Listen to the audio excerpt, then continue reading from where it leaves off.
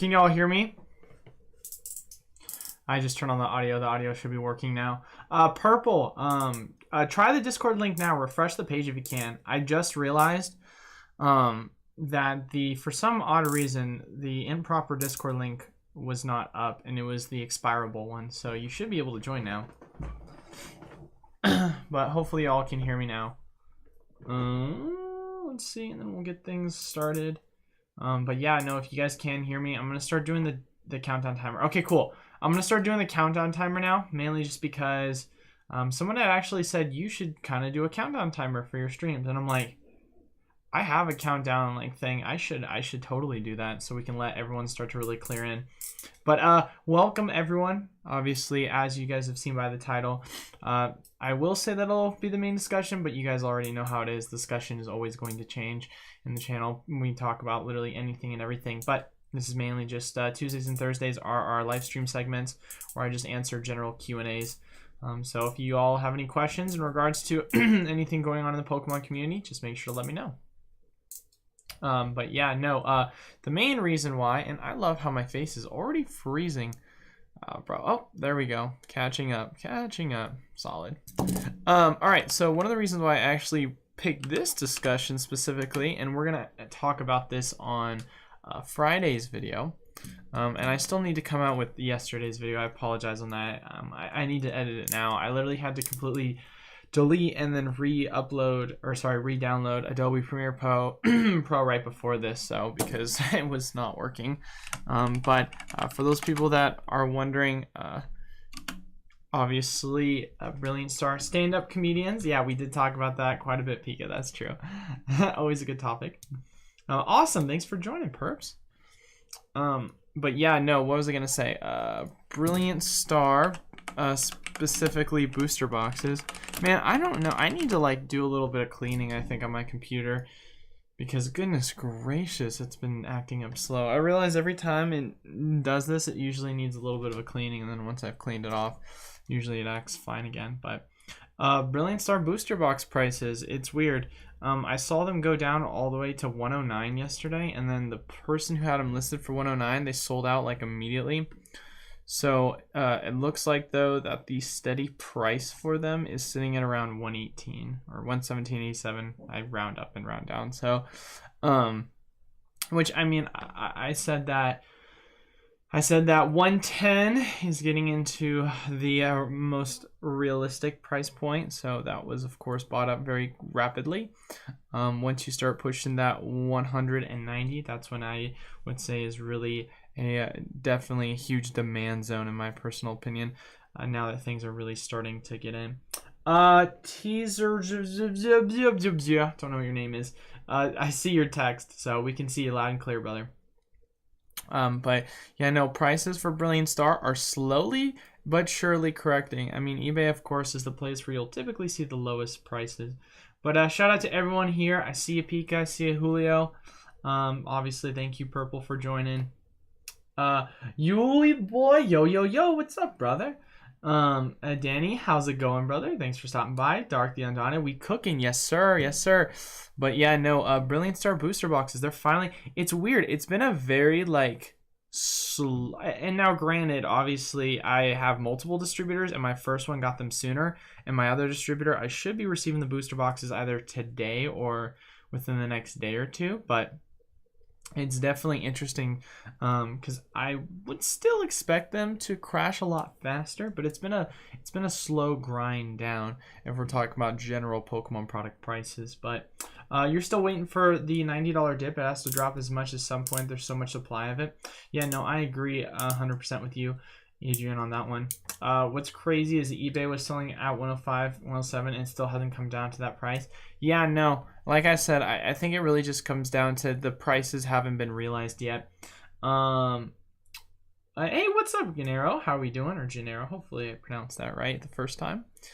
But yeah, no, I'm definitely a firm believer in the fact that we still haven't seen the real price correction bottom be hit. You bought 3 at 125 and sold 2 for 150. I mean, way to play the market, Pika. That's all I can say to that. You know, I mean, think about it this way, bro. Like he was saying, Adrian was saying, you can get them 105, 107 for a release. If you did that and then you sold at the 160, 170 peak on TCG Player, which of course you have to be a brick and mortar to have access. But let's say you're not a brick and mortar, right? And let's say that you just generally sold on eBay, probably sold for 140, 150. I mean, you could make a killing. Yo, Travis in the building. Everyone stay in line or you're out. Yeah, I mean, as long as you're not a bot or you're just calling people swear words, then that usually hasn't had happened, thankfully. But yeah, no, text. We can see you say text, bro. Okay. We can. All right. I don't know what's going on. He said text every single time. Dan Lucy, do you expect Sword Shield 12 to go out with a bang like they did Cosmic? Hard to imagine how they're going to top the trainer gallery subset. Did you get your second wave? So I'll just answer Roof first because that's an easier one. Yeah, so I got my second wave last week from one of my distributors, Magazine Exchange, and then this week I got, I'm receiving either today or tomorrow my allocations for Brilliant Star. All right, Travis, there's a little bit of nonsense of people just spamming text in the chat if you want to help me with that. Then to answer Dan, as far as it goes, if we look at every single set that the Pokemon company has done, in my personal opinion, they always go out with a bang. They always go out a bang. You take a look at the last set of Sword and Shield, Cosmic Eclipse. You take the last set of Sun and Moon. You take the last set of XY. You're starting to talk about wow, am I forgetting evolutions? You look at the Heart Gold Soul Silver era, you had Call of Legends. You're looking at the Diamond Pearl Platinum area, you're talking about Stormfront. Literally the final sets in each and every era, they've always gone out with a bang. So I 100% would be surprised if they didn't. Should be good now. Thank you, Trav. Yeah, I'm pretty sure they're spamming. They're literally just spamming text. I have absolutely no idea why they're spamming text. But yeah, no, I definitely would be interested to see what they're gonna do because I mean, dude, they have literally hit every single time. Like that's the thing that's very consistent about the Pokemon company, and we can even take a look at the history of that. If we just go to advanced searches, and we can just should we go advanced searches or should we go price guide? I think we'll go advanced search. It's probably easier, and we can take a look at it. Astral Radiance has red Pikachu, CHR. There's still plenty of chase cards. Is that confirmed, Adrian? Did they just confirm that? Because I was actually, that's one of the topics for the video on Wednesday, was I said there might be. Brilliant Star's superb set, however, I feel more bullish on the price point of FSCR or Battle Styles right now. I can totally understand that, B. I mean, you're getting it at such a nice price. I mean, I was showing on one of the other streams that you can get Battle Styles for $78 right now. But so let's just take a look, right? Hey, thanks Agile for subscribing to the channel, by the way, brother. So last set, Sun and Moon, Cosmic Eclipse, absolute banger. XY Evolutions, absolute banger. Legendary Treasures, absolute banger. Call of Legends, absolute banger. Pokemon Arceus, absolute banger. Pokemon Stormfront, absolute banger. I mean, other than that, you can start getting into the EX series, which I think, you know, I like to look a little bit different to that. It's bots account blocked both. Okay, awesome. Thank you, Raheem. Shout out to Raheem as well. Thanks for stopping by, brother. But yeah, no, I mean, every single finale set they've had, I mean, it's been an absolute banger. And even before that, dude, like Hidden Fates right before Cosmic, that's like a double banger if I've seen one. I mean, even XY series, bro, they had a double banger. They had Evolutions and Steam Siege. I mean, two of the best sets probably in the whole XY era. I mean, you can't beat that. Just kidding. Ah, gross. Someone's going to start buying Steam Siege after I said that. But yeah, no, definitely a great set. In my opinion, Generations was aight, but any insight on AR, a target pre-release price to get in? For Astral Radiance, a target price for pre-release? That's a great question. I will hold my reserves for that, Pika, because I don't exactly know. There's another spammer that just keeps saying text. I don't know what's up with this. I will hold my reserves on that, Pika, mainly because I want to see the final set release before. And obviously, set comes out. The remaining of the set is going to be on April 8th in Japan. And so we'll probably know by April 1st, or at least the week of April Fool's. Hilarious. So I don't want to say definitively, But if we're talking just generals, like, you know, Pokemon Center Elite Trainer boxes are up, so if you want to snag those, it's a great opportunity. But if you're talking booster boxes, I mean, we got to know what the remaining card set is. But I got to imagine, just based on what we know right now, it's probably going to be a pretty hype set. I don't see it being as hyped as Brilliant unless you have some major cards in there. Who was it that just said that the Pikachu is going to be in the set? If that is confirmed, then that will make it just as popular as Brilliant Star, in my opinion. Because that, I mean, if you look at just Vivid Voltage alone, don't get me wrong, they have the amazing rares, but just the Pikachu card alone carried the frick out of that set. Because other than the amazing rares, I mean, the Pikachu is literally your only real pull. Like, there's nothing else. Like, no one cares about a Togekiss VMAX. Sorry for all the Togekiss lovers. But that's just at least the way in which I look at it. We can see if Poke Beach has any sort of updates, but I don't think they do. So, because they usually don't do anything until like the week before the release of the set. But B Purple says super bullish on EX era. You know, I definitely would say that EX era. I mean, it's a great era. Obviously, it wasn't super heavily printed, so that's obviously one thing. But I mean, obviously, we've talked about it with gold stars on the channel and so on. Oh, that's the funny thing. Raheem was talking about this. Hold on. I don't want to get too off topic, but it's interesting. Raheem sent me a message about this. Sorry I haven't been able to respond yet, Raheem. I've been swamped today. I'm going to have a really busy next couple of days. But is the chat working? Is that everything? It says we're looking fine. Yeah, chat's fine. When do you think the Evolving Skies reprint will come out if it does? So Kip, one of the biggest things I've been saying, if we're just looking at the technicals chart, it's been pretty predictable on when you see reprints based on what the Pokemon company's doing. It's kind of hilarious actually, because it follows a lot of same market fundamentals. So just to kind of give you a little bit of what we were talking about when predicting Vivid Voltage reprints, price went up to 220, got a reprint, went down to 120, then climbed all the way up to around 170, I want to say. 160, 170, then got a reprint, went all the way down to 100. So, I mean, it was making lower highs, lower lows each time. So, Evolving Skies went up to 190, then got reprinted. I wouldn't be surprised if it goes up to 160, 170, and then it gets reprinted. Now, the biggest question is, obviously, it went all the way down to 100, which is pretty low. So, I doubt it's going to break below that because it is such a high demand set. So the real question is, are we going to go back and retest the low of $100, or are we going to make a lower high on the overall technicals and 120? And that is going to really just show you the strength of Evolving Skies. That is just kind of my personal opinion on what we'll see with that. But so I would say that reprint is really going to be coming down to price points because the Pokemon company just seems to do that. My LGS selling pre-release AR booster box for 110 might get a few. That's not a bad price at all, Pika. That's a pretty solid price, especially if you do. I mean, here's the thing, Pika. If you do say to yourself, like, all right, I'm buying them for 110, you know that even if the set hasn't been released yet, there's going to be lead up to it and there's going to be hype. And if you really want it, you can probably like make some money offloading the product before it's released. 2020 collection boxes have been such a downer. I feel like they're stay on the shelves product. Well, I mean, would you consider the Evolution boxes to be part of the 2020 promos? Would you consider, you know, the Charizard, Reshiram, and the Zekrom Pikachu to be 2022? Because I can't remember if they were special holidays for December or they were 2022. I know that I'm pretty certain the Evolutions came out in January. Yeah, I'm pretty certain on that. So I don't know if I would say that definitively. But I mean, that's kind of how it always is, Adrian. There's always hit or misses, which is big sad. But yeah, so going back to it, yeah, Raheem sent me this, said that, you know, V-Stars Cleaver is going to be one of the promo boxes. I don't know about you guys. I don't give a crap about Cleaver. I'm being completely honest. Like, but to be fair, I didn't care about a lot of the Gen 8 Pokemon.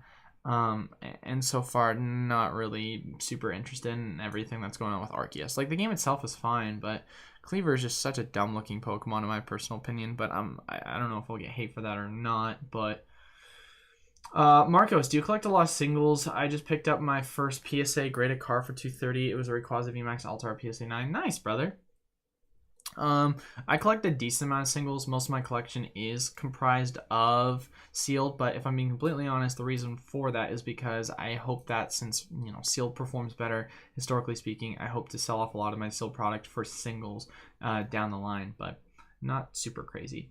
The AR Astral Radiance PC ETB is 15 more than regular ETB, which is 2 packs more. Thoughts? But the thing is, Pika, you're not just buying it for the 2 more packs. I mean, let me ask you this, Pika. If you're telling me that you're buying it because you want to open it, then I understand not wanting to buy it. But if you're buying from an investment perspective, PC Elite Trainer boxes, they are going to always perform better, in my personal opinion. They just have a lower supply. They're not going to be shipped out the same way in which, you know, the general Elite Trainer boxes are.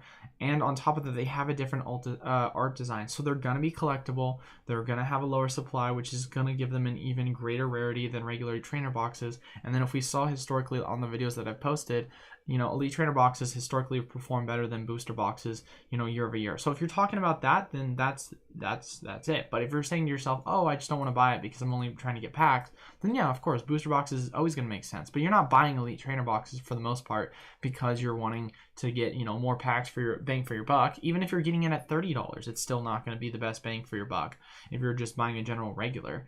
So at my wholesale level prices, you're not buying it at a good price. So that's just it. That's just how I like to look at it. Regdepper 21, thank you, Taylor. Yeah, so that's kind of, yeah, I didn't know definitively or not. Eagle Nation Cleaver, yeah, right, bro. Seriously, look at this card. Ah, dirty. I mean, yeah, definitely not the best collection box, in my opinion. Pika display ability and collectness. Yeah, exactly. Yeah, no, it depends. Yeah, it depends on what you're looking for, Pika. Yeah, if you're wanting to collect. Oh, where'd my face go? It's back. Awesome. Yeah, if you're wanting to collect, then it's awesome. If you're not wanting to collect or want to open, yeah, of course, I advise against it at that point. $4 for the 2 extra packs, $2 for the exclusivity. Honestly, Julio, that's it. Yeah, you just paying for the other $2 are just for the design. So, like, I just feel like the print or on thousands are gonna be, yeah, dude, they're gonna be so low. Yeah, and it does look great. Looks great. $7.50 per pack for my LGS. Oh my god. Wait, what do you mean $7.50 per pack? For what? Do you think that tournaments are going to significantly impact the value of specific cards? Oh, big time, babe. Babe, literally one of the biggest things I talk about on this channel is how much competitive play impacts this market. A lot of people don't really take that into consideration because if you look at historically what the Pokemon company's always done, they've always done massive reprints for sets that are still in the competitively viable era, aka the standard format. And then on top of that as well, you definitely will say that, you know, if a card is competitively viable or going to be competitively viable because it is, you know, a card that could be used in a standard format deck, then you've seen, I mean, I remember when the Quick Ball first came out, like, it was going pretty cheap at the time back in the base set. Like, the Gold Quick Ball was going for only a couple bucks, and then it skyrocketed in price because of it. That's kind of how I look at it. But yeah, that's a great question. Gonna hop off for a bit. Hey, thanks for stopping by, Pika. Always appreciate you, brother. A $15 difference between regular PC. Ah, I see what you're saying. So your LGS is charging more. Then yeah, that's tough, bro. I think there's some speculation moves to be done based on the tourneys. Oh, well, dude, you can make so much money off of tournaments. Like, literally, if you invest at the right time. I mean, if you guys want to take a look, too, we can. On Brilliant Stars trainer cards. Because trainer cards are where you're going to make your money. If you can find a trainer card that's worth good, and if it has a gold variation of it, then you could make so much money. I remember someone a while ago was able to scoop up, like I said, a bunch of quick balls, gold quick balls in the Sword and Shield base era, and they posted about it a while ago, and it absolutely popped off. I mean, there's already an argument to be made. Ultra Ball could potentially pop off, but actually, you know what? You know what's a great example? Let's talk about Adventure Discover. Whoa, what is going on? Fusion Strike, there we go. So Adventure Discover is actually a perfect example of a card that started off cheap, popped off. You just called someone babe. Well, that's what their name is. Their name is Babe Cakes. Oh, Gavin, that's funny. Look at the Duraludon VMAX, for example. We can also take a look at that as well. But I was gonna point, yeah, we'll look at that right after this one. So let's go to we'll just click supporter cards. I would go uncommon, but there's not really a main difference. I guess specialty sets are probably the only time you get bang for your buck in regards to packs. Plus, you get the promos. Debatably, it depends. I mean, when you say bang for your buck, are you, specifically telling yourself, bang for your buck in the concept of, you're gonna get more packs? you know, if you're talking like celebrations, for example, that was a specialty thing. You know, because for most, you know, specialty sets, Shining Fates, Hidden Fates, all those, you're still spending 50 for the extra 2 packs, so not really much is changing. Okay, so let's take a look at the chart on this set. So if we just go on the full year, which obviously the set hasn't even been out for a full year, you have seen the price retrace, but when it first started off, the price was sitting just for the standard. It was going for around 43 cents, right? And then all of a sudden it climbed, and it got all the way up to $2.25 right before the start of the year. And that was before there was a reprint for it. Obviously, when the reprint came, you started the price to, you know, correct, and it's corrected since then. You know, the price is going for 80 cents. Even if you hold the entire time, you still made a 100% return. Just general gross profit off of the Adventure Discovery card. So that's a perfect example. If you did sell at the hype though, before like the kind of change in value, then you're making so much money off of it. But yeah, let's take a look at the Duraludon. A Duraludon could be another great example. Let's take a look at one of those cards differently. How's everyone doing today? I'm doing well. How you doing, Spencer? BRB, Mr. Trav says. But let's take a look at Duraludon. Let's look at, do we want to look at the alternate art? Yeah, we'll look at the alternate art, see if that's really done anything. If not the alternate art, we can look at just the standard VMAX. So, but yeah, I mean, this is something that a lot of people don't take into consideration because no one ever thinks about the competitive, you know, play format. That's one of the biggest things I really want you guys, and I'm going to harp on this the most on the YouTube channel, is pay attention to competitive. Pay attention to the rotational format. If you want to be able to predict good sets to invest in, if you want to be able to predict good cards to invest in, if you want to predict reprints, I mean, literally predicting anything, bro, coming with competitive viability. Now, of course, that's not to say that, like, oh, well, if you look at Fusion Strike, a lot of the cards in Fusion Strike are meta, therefore it's a good one. Are you saying it's a good one to invest in, even though it's absolute crap? Well, no, that's not necessarily what I'm saying. But what I am saying is that when it does start to slowly go out of print and you do see the value of the cards go up, you know, the Pokemon Company is either going to have a reprint that's going to be coming soon with it, or the price for the booster boxes is eventually going to climb up faster because it does have cards that a lot of people are going to try and pull for competitive play. All right, so let's take a look. Here's a 3-month. Perfect example. This is a perfect example. So the card itself, just the standard card, it sold during, we'll go on the full year. So actually, oh wow, this is garbage. What the frick? What the frick? People are lying to me. They said this card went up a ton. I remember someone was talking about it yesterday. Is it the standard VMAX that maybe is doing well? We'll have to take a look at it. So if not, we can still take a look at the Sword and Shield base quick ball. I think it might show. I mean, the Duraludon, or sorry, the Adventure Discovery obviously was the best example I could think of off the top of my head. But let's take a look at the standard Duraludon here. You know what? We're just going to look up Duraludon. Duraludon. Let's look up Duraludon. The card itself is playable with Arceus, I believe. Okay, so that's what you think. It's the Arceus playability. But where has the general price? It's the VMAX that I would assume has gone up. Yo, honestly though, Arceus, bro, kind of gross. I mean, yeah, the price. Okay, here we go. It's the standard. It's the standard that's gone up. Now, obviously, over the span of time when it first came out before the release, obviously it didn't do well. But if you just say to yourself, okay, new Arceus set came out. Oh, wow, this card is going to pair really well with Duraludon. Bada boom, bada bing, baby. And you could make an argument right now, actually, that the, I mean, because we just took a look at the chart, you could make an argument that the secret rare will eventually perform well. Of course, you know, this is very speculative, but considering the standard VMAX has performed really well and you haven't seen much movement with the other one, I'm just saying. But yeah, prevent all damage done to this Pokemon by attacks from your Pokemon that have special energy cards attached to it. This damage isn't affected by any effects on your opponent's active Pokemon. You know, we go to the Brilliant Star, we take a look at the V-Star for the Arceus, which Arceus V-Star is going to be such an amazing competitively viable card. During your turn, you may search your deck for up to 2 cards, put them in your hand, then shuffle your deck afterwards, sick card, and then Trinity Nova, search your deck for up to 3 basic energy cards. I mean, this card is just so competitively viable. It is insane how good this is going to be. The Shire. Why are signals going up when Evolving Skies are due for 1 or even 2 waves of reprints? Because people don't predict that, Shire. Because people don't sit down and have these, like, you know, conversations about the understandings behind the market of Pokemon. People just say, I like Evolving Skies. I want to buy Evolving Skies product. And then they say to themselves, oh, Evolving Skies hasn't got a reprint. And people will think with their emotions rather than thinking with their brain when it comes to the things in which they're buying, the things in which they're investing in, so on and so forth. And so a lot of people are FOMOing in because Evolving Skies obviously is such an amazing set. You were able to get in at $100. I mean, I talked about this on the channel so long ago when I was telling people, I was like, guys, Evolving Skies, and I brought this up so many times when it was back at $100, sub below $100 on some sites. I said, now's the time to get in, now's the time to get in, because this is a super high demand set.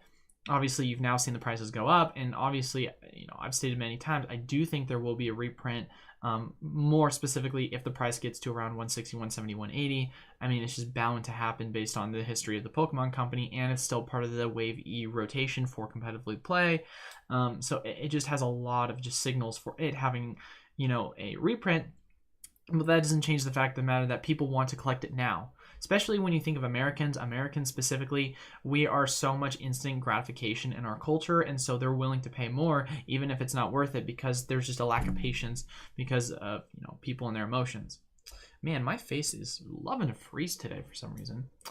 Probably because I'm using Wi-Fi instead of USB on my webcam. It's not working the strongest right now. I have not played TCG in like 20 years. I'm wondering, I will have to learn the game, all new rules, and already know if a card will be good. What about the ones that are going out of rotation? So that's a good question, babe. In my personal opinion, it will do nothing but help you if you do learn the game. Because knowing the game itself, from an investment perspective, will allow you to predict some potential future cards that could pop off. That's just at least how I would look at it and recommend it. As for cards going out of rotation, I mean, it really depends. Because past the standard format, there is expanded format. So the cards themselves won't take a huge, you know, hit off because they're still going to be playable in other sets. But the demand for those cards specifically is definitely not going to be as strong, and they probably will start to slowly drop off, and you won't see that kind of different you know, price increase for when the cards are going to be used in tournaments, especially when you're starting to talk as well about, you look at just, you know, the Pokemon Company and how their tournaments are going to be coming up in August. I mean, after that, you know, it's just, you know, the lead up is when you're going to probably see the biggest increase. And we can talk about, obviously we don't have price history for that for the past 2 years because they haven't had tournaments because of COVID. But if you guys want to, this upcoming year, I can make a video on it and see if there is going to be a lead up. Hey, what's up, Atul? Hey, mate, have a great stream. Have a great streaming. I appreciate that, brother. Thanks for stopping by. But yeah, we can take a look at another card too. I actually really just thought of the Battle VIP Pass. This card, it's been very interesting. You know, at its high to get up to 66 cents. You know, got all the way down to 24 cents, and then as you see now, 45 cents. On the site, I mean, you're looking, if I'm being completely honest, around that 32 cents price point. So this one hasn't performed as strong. But if we're just talking about, you know, right before the lead up of the reprint, because this is what's the most important, it's right before the reprint when people find out a card's competitively viable. You get in at the low, 17 cents. You get in and sell at the high, 66 cents. Search your deck for up to 2 basic cards, Pokemon, and put them onto your bench and shuffle your deck afterward. I mean, this is like an amazing card. Of course, it says you can only use you can use this card only during your first turn. Obviously, this is, you know, a card that, you know, you just use to start off as a great opener, but you know, it's an amazing card nonetheless that you saw have a nice spike up in value. Now, it's interesting to see, of course, the reverse hollow variation, and we can, you know, try and discuss that when it comes to pricing. Quick Ball, I think since Quick Ball has had so many reprints, there's obviously a different argument to be made. Wrath of Zeptos, how did you first get into the game? What would you recommend for potential new players? So how I personally first got into the game was back in 2012, 2013, I want to say. I really started to get into competitive in like middle school. I was a huge fan of the competitive play. I actually went down to one of my local LGS stores at the time, and they would basically give away. What actually got me into it at first was there was promo cards that they would give away for those people that would play decks, and even if you won or lost, they would give you like kind of a stamp card, and then with that stamp card, once you completed like 6 matches or something like that, then basically you would receive a promo card for going and playing at your local LGS. The LGS was given these items from the Pokemon company basically just to promote the game, and so through that I actually learned the game, and I started to enjoy the game, and a lot of friends that I made at the LGS played the game. So when you ask the question, what would you recommend for potential new players? I guess I guess what do you mean by that? When you say what would you recommend to kind of get into the game? I mean, if you're playing TCG online, obviously it's a really pretty nice. It's a pretty nice way to introduce yourself to be able to play the game competitively quite a bit. But honestly, really what made me fall in love with it was just the community that I experienced with LGSs. So if you are blessed enough to have an LGS in your local area, then it would be cool to kind of check out. What's up, Pokemon TCG? How's it going, brother? Hey, Eli. What's up, bud? Hope all's well. All is well, brother. Busy day, that's for sure. So, but how are you doing? Hopefully you're doing well too. But yeah, I mean, take a card as well. Let's take a look at like Quick Ball. Obviously, there was once again that nice spike. I mean, there was a huge spike in this card for a while, but I mean, this card more specifically, in my personal opinion, of course, take everything I say with a grain of salt. I don't think it's going to be as sustainable because it is a reprinted card. Hi, what's your opinion on diversifying your investments with other TCGs? I think it's always good to diversify as long as you know what you're doing, Ricardo. I think the biggest issue that a lot of people have is that they don't know what's a good deal in a lot of other sectors. And so they'll just hop in, buy a set, and then it'll crash, and then they'll panic sell because they are just so uninformed of what exactly it is that they're investing in, whether it be Magic the Gathering, Flesh and Blood, MetaZoo, and so on and so forth. So I'm actually a big fan of Flesh and Blood. I think Flesh and Blood's a really cool card game. I love the art designs. I think Tales of Aria is probably my favorite one. I have a little bit of Monarch. Just because it's so cheap, and I think it'll still perform well long term, especially when you look at its overall high, and I believe in the card game itself and the playability of it. MetaZoo, I think is a good set. I don't have any MetaZoo right now. I want to do more research before I get into it. I know a decent amount of MetaZoo, but not enough to where I have enough product and I'm really hyped about it. I'm more on that kind of Flesh and Blood train. Even if Evolving Skies gets reprint, it depends on distributors will open the floodgates. If they can hold back and bundle it with Battle Styles, Chilling Reign Fusion, the price may hold. Well, they're not going to do that though, unless it's a small print. That's the one thing I've learned from working with distributors. If it's a small print, they're gonna hold on to it, and if it's a large print, then they'll open up the floodgates because they just have to. Because they have such a large print of it, then they're just going to start listing it for prices in which they deem to be fair price on the market. So for example, I remember when let's think of a set that got another wave. Evolving Skies. We'll just take Evolving Skies last reprint, right? Typically I'm buying my booster box prices for around $86. So the last time when I was buying them from my distributor, they were trying to charge me $89, I think is what they were saying for Evolving Skies. I could be wrong, maybe they were charging me $100. But they were charging me more, and there was a large print of Evolving Skies, but they were still charging me more at the time, and I didn't get allocations for it. It was just open order for that price. So it's definitely something that they'll increase the prices, but from what we've seen, when they did the same exact thing to us with Battle Styles and Chilling Reign, and they were charging us $88, $89, $90 to buy it off their site, they still have it. And we can go to my site too from one of my main distributors, and you guys can see because they do have items listed on their ongoing specials page, but they're going to only be able to do so much in regards to when it comes to the product. I mean, look at this, $89. This is just sitting here. They can't get rid of the product, and they're not going to want to try and take a loss, so they're willing to hold on to the product and sell it at these prices. But even when they were selling it at these prices initially, because they were saying, oh, there's a premium for the set, it's going to go by a lot faster if they would have sold it at that $82. Instead, they're having to sit on it and try and get it at this break-even price point, I assume is what it is for them. you know, and with that, the price of Battle Styles booster boxes still went below $80. So, you know, even if this is what we're buying it for, it doesn't change that you have a lot of over leveraged individuals, whether it be LGSs or online retailers, who basically, you know, over leveraged credit cards, were spending money that they didn't have, and because of that, they need to get money quick, and so they started selling it for whatever was below market price to kind of beat out their competitors. So that's another thing, Crane. It's not necessarily going to play a major factor because the product is going to go on the market one way or another. It's just going to depend how much most distributors are selling them for, but even then, like, that still hasn't really shown historically to make that big of a difference. What do you think of Fusion Strike CR? Do you think they're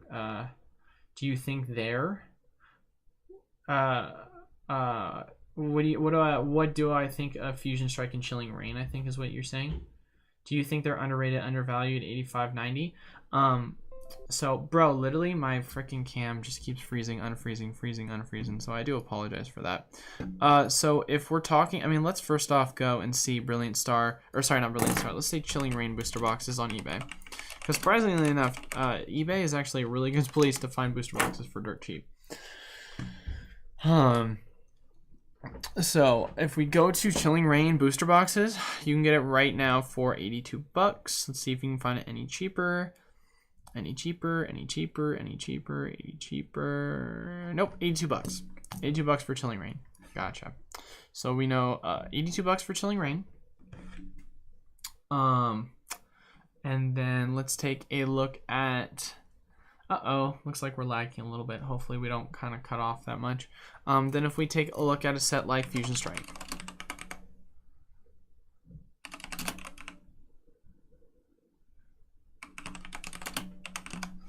Take a look at Fusion Strike booster box, right? Collectible card games. So we're going to take a look at it. So we take a look at Fusion Strike. Interesting that this person's charging so much for Chilling Reign. They're from the UK, no wonder. Hey, welcome back, Trav. As you can see, my face is doing nothing but freezing. This has been absolutely awesome. Okay, so Fusion Strike booster boxes. Let's see, 85, 86. Oh, they are going for a little bit more, $85. It's kind of, yeah, that's kind of the price to watch for, is just 86, $85. Do I think they're underrated? So yeah, we're looking at $85 and we're looking at $81. I definitely think those are great prices. I mean, I'm buying them for more than that. Like, straight up Chilling Reign, I was buying for, at the time, $86. You're able to buy them for $5 less than what I was getting at wholesale. That's always going to be a great deal. Of course, the question is how, you know, you're going to compare. Actually, you know what? I'm going to take that back for a second. It's not always going to be a great deal. It might sound like it at first, but you take sets like Crimson Invasion that took so long just to return value, and same with Steam Siege. You're always going to make a return if you look at it from a time scale of 3 to 5. It just depends on what your time scale is for when you're looking at investing. So if you're looking at it long term, then yeah, it'll be a good investment. But also you have to understand how, you know, popular the set itself in. Now, Chilling Reign, I think, is one of those mid-tier sets, and not mid in the way of like insulting is like, oh, it's not that good, but mid in the way in which, like, if you look at some of the sets, you have really crappy sets that a lot of people don't like, you know, Battle Styles and kind of, you know, Sword Shield base and Rebel Clash, and then you have, you know, top tier sets, Evolving Skies, Brilliant Star, Shining Fates. You know, like, those are that, and then right in the middle, you've got like that Fusion Strike, you've got that Fusion Strike, you've got that Chilling Reign, and they're somewhere in the middle of that. So, in my opinion, they're going to probably perform historically, if I were to guess, something similar to what you kind of saw with a lot of the middle tier set prices for the just Sun and Moon era sets. And we can go take a look as well at the Sun and Moon era sets and say, okay, which ones do we know that performed, you know, the best, which ones performed the worst. So you take just Sun and Moon era sets and you say, okay, so you take best sets, obviously Cosmic, you know, Hidden Fates, Unified Minds, Unbroken Bond, Team Up. Then you take more of the kind of mid-tier sets a lot of people weren't biggest fans of, Forbidden Light, Ultra Prism. Burning Shadows was not exactly super widely taken as, you know, a popular set. And then you say probably the worst performing sets, probably Sun and Moon base set, Guardians Rising, and then definitely Crimson Invasion. So let's take a set like, you know, Ultra Prism, for example.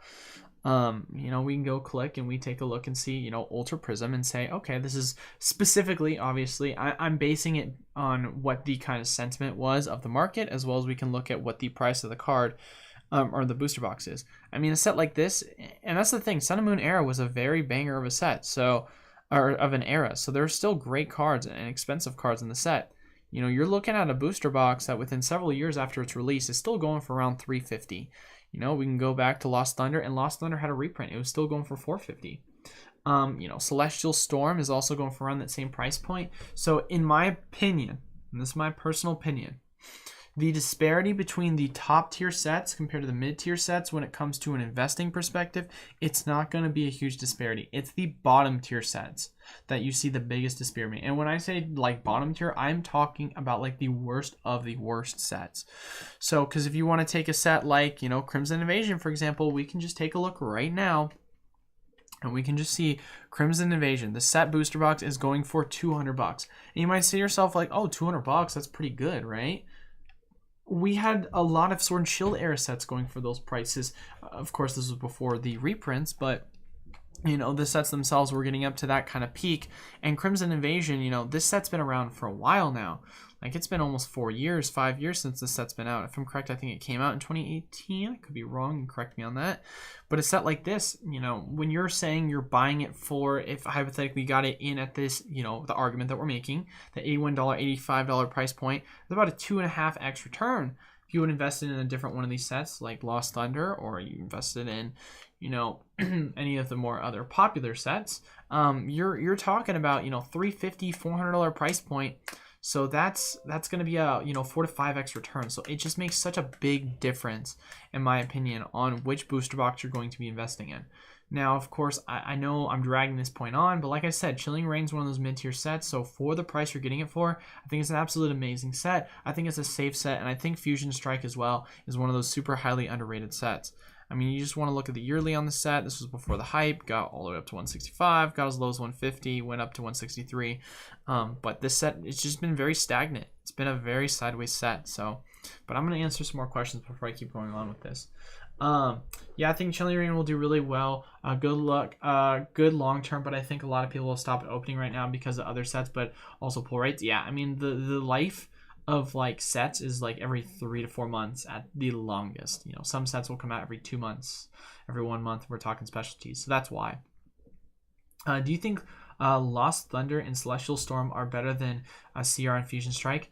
Well, I guess if you're comparing the sets, I would say that. Ooh, that's a good question, because if we're talking about it from during the time, I mean, if you look back on it, right, and we're going to look back on it right now, and you take a look at the set Lost Thunder, what's the main appeal card in the set? It's the Lugia. The Lugia is the main chase card, and it's a beautiful card, right? You know, we go high to low on the set. You see that the main pull for this set is the Lugia GX Secret Rare. All right. Then you look and you say to yourself, okay, Professor Elm's a really cool card. You know, the Tyranitar is a cool card. The Suicune's a good card. People like the Mimikyu. So you've got a couple of other good rainbows, right? Some people like Sceptile, some people don't. Obviously, you have the Shuckle, so on and so forth. But your main pulls, I mean, if we're just really thinking about it, you've got about 1, 2, 3, 4 argument to be made with these, but they didn't perform as well until we had the kind of full art boom. So 1, 2, 3, 4. I would say I wouldn't call these major pulls. So you're gonna have your main 4 pulls of these rainbows. You can make an argument for the Lugia Full X if you want to say 5. Then yeah, you're gonna have your main 5 pulls, right? And of the most popular being the Lugia, because that is the main chase card. We go to Fusion Strike, for example, and we say, how many main pulls does it have? 1, 2, 3, 4, 5. Those are going to be your main 5.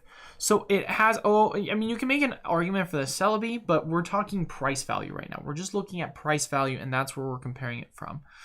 Of course, you know, if we're not talking price value, in my personal prediction, the Celebi card should be worth more. Obviously, there's a difference between the higher pull rates, so that's always going to play a factor. But I would say that when you're talking about cards that are sought after, people love Espeon, people love Mew, people love Gengar, and you have all those pull cards, just like kind of how you saw with Fusion. I think it's an undervalued set at the time because people don't see it as, you know, every single card is an amazing pull, like in Evolving Skies for the most part. Obviously, people weren't excited if they got a Duraludon, or they weren't excited, you know, if they got what's another card people really weren't excited. See, that's the thing, it's hard for me to even think about that because all the secret rare pulls and the rainbow pulls were all the best. The Gyarados is another good one. They didn't have a secret rare for that, to be fair, but it was just the rainbow and the regular. But yeah, if you take a set like this, you know, it's got those kind of top pulls, but it's not like, oh my god, Evolving Skies, pull after pull after pull after pull is going to be worth something to you. I mean, think about this.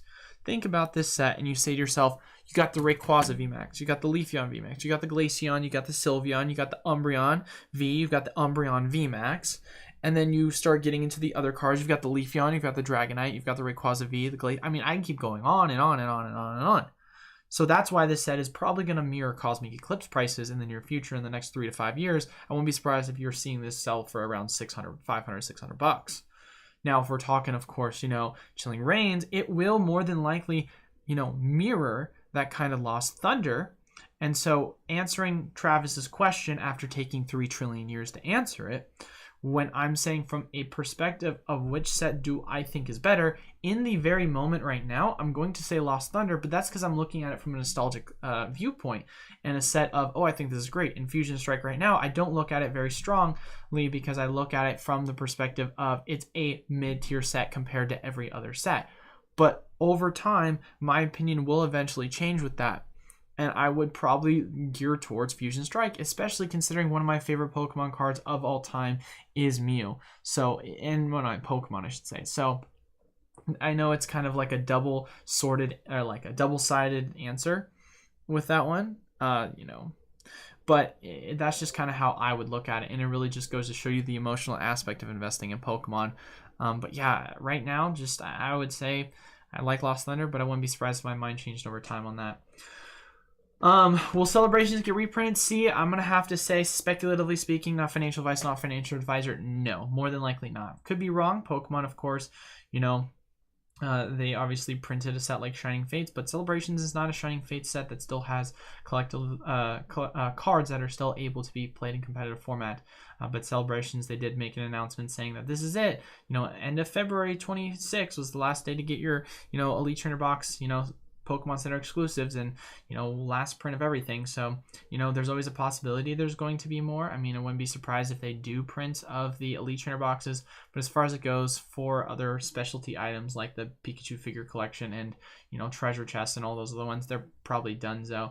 I don't see them doing something more with that, but of course could be wrong with that. Do you think 120 is a good price to get in Dark Displays? Yes, I do, Julio, 100%. I think you can get it below 120. 120 or below, I think you're getting a good price, especially since this set's about to go out of rotation. I think 120 below, amazing opportunity, in my opinion. Obviously, if you could have gone in at below 100, then you're freaking crushing it. But right now, 120, great price long term. I'm on. Hey, I probably missed it since I was late. But when do you think is a good time to start buying singles for BS? So I have a general strategy. I've talked about this a lot on the channel, but I have my 3 kind of, you know, whether you want to call it waves, whether you want to call it the 2 waves and then the reprint. Here's my general strategy for how I do things. Wave 1, I open product and sell it. It gives me that rush of opening the product, and then I get to sell it and make the most off of my losses for obviously when it comes to my product. Wave 2, typically, that's when I start to really offload a lot of my product. I'll make money, and that's when I start to really look into the aspect of holding some Brilliant Star product long term. And then wave 3, you know, if there is a wave 3 or if there's a reprint, then I'll start to once again double down on that, but more specifically focus on buying the cards. So not until like you're kind of like 3rd wave of reprint, or if you're looking at a time frame, usually within a 3 to 6 month gap after the set itself has released. But, you know, in all honesty, I would like to say from, you know, if it has another reprint or if it has a 3rd wave, usually a month or 2 after that, because that's when you're going to get it at its cheapest price. Take Vivid Voltage, for example. Its price is absolutely plummeted, like dirt. I mean, this set, Vivid Voltage, holy crap, guys. I mean, you want to take a look at a set that's so cheap to collect right now, especially in this era. Now, granted, obviously, I already told you guys there isn't a ton of huge pulls in this set. You're really talking just, you know, the Pikachu VMAX, and then, of course, some of the trainers, which even then aren't that expensive. I mean, look at this card. 166 at its cheapest. You know, 15, 25, 15, 15, starting to get, I mean, that's the only card that's in the double digits. And all the other cards are around that $15, $25 price point. Look at all the other cards. I mean, you're under 10 bucks on everything. And remember when amazing rares like Rayquaza were going upwards of 70 bucks? Bro, you're able to get the Rayquaza for like 5 bucks. Look at the Jirachi, bro. That's insane. That card used to be going for like 30, 40 bucks. So this set is insane. The fact of the matter that you're able to get it for that cheap. And it was once it got that reprint. So I'm going to hold my reserves until we get another reprint after the Wave 2 that we just got for Brilliant Star. Once we get that, then I would say probably a month after that. But they could also have more reprints because it is a super popular set. Eli, do you think the Sun and Moon XY era Pokemon... wait, hold on. Yeah. Do you think that Eli, the Sun and Moon XY Pokemon sealed booster packs and booster box product going to take a price hike? This because of Gen 9 product coming out and Pokemon Inc. going into another battle format. I think that over time it definitely will, Pokemon. I can't say that definitively that it's immediately going to take a price hike, but once you start going and pushing away farther and farther out of the rotation for the cards, because I mean obviously like if you go to some Walmarts, if you go to some Targets, I don't know if this obviously, but you can, and you can still get Sun and Moon packs, and you still get XY packs. So once you just keep pushing further and further away from that, then it's going to be, of course, harder and harder because the scarcity of these packs are going to go up. So whether it's realized immediately when Gen 9 starts to come out or not, you're still going to have the same exact kind of feeling towards, you know, it's harder to get this product. And once that feeling it really starts to hold in the market is when you'll start to see it. So, you know, like I said before, I can't definitively say it'll happen right away, but it's definitely going to happen at some point. Sorry, I missed yours, so I wanted to go back and do that. Drew, question. I was just offered the Rainbow Charizard for my Alt-Art Charizard from Brilliant Star. What are your thoughts about those two long-term? Does one hold more long-term value versus the other? So you're saying the Rainbow Charizard for your Alt-Art Charizard? Wait. Yes. So if we just go take a look, just so we can just pull the cards up themselves. Obviously, the Alt-Art is slightly better than the Charizard V-Star, just the general Rainbow. You know, it's one of those questions, Drew, that it's hard to really say ultimately. If I were a betting man, I would say probably the Alt-Art would perform better. And the reason why I would say that, and I could be 100% wrong with this, but just based off of the design themselves, I think it's going to perform super duper strong because there's been a huge amount of feedback in regards to the love for alternate art cards. And so I think that people do really enjoy alternate arts. So from a general investment perspective, if you're trying to invest in singles, I think it's going to perform a lot stronger. However, there are a lot of factors that we do not know yet, because obviously if we're talking about from, let's say, a grading perspective, you're also going to take a look at cards that are going to have high population reports. So let's take a look at the Rainbow Charizard from, you know, the Burning Shadows, set. That is a Rainbow Charizard GX, and it is selling for several $1,000s versus you take a card such as the Shiny GX Charizard from Hidden Fates. You would say to yourself, wow, Hidden Fates Charizard it's a shiny version. It looks way cooler in my personal opinion. But why is it performing not as well? Well, it was because the overall print for Burning Shadows was absolutely atrocious. Now, of course, you've got to make an argument and say to yourself, well, this is part of the same print set, so isn't there a possibility that you're going to see the same issues? Well, that's not guaranteed because we go back to Evolutions and we take a look at the original Evolutions holo cards, harder to grade versus the Evolutions Mega Charizard, super easy to grade. So that's going to play a massive factor. But if I were to just say you take that factor out of it, just generally looking at the overall design, alternate art cards, like I said, they've gotten really good feedback. I think it'll perform well. That's not to say, once again, the other Charizard won't perform well. But, you know, I'm going to say betting man-wise, it's going to perform better than the Rainbows, especially when it is a harder card to pull, to my knowledge. They're both hard to pull, but alternate arts are always going to be a harder one to pull than the Rainbows. Next one. What's up, Patrick? Good afternoon, Eli and Pokemon fans. Hey, brother. Adrian Mui, what do you think about older Sword and Shield sets that have $20?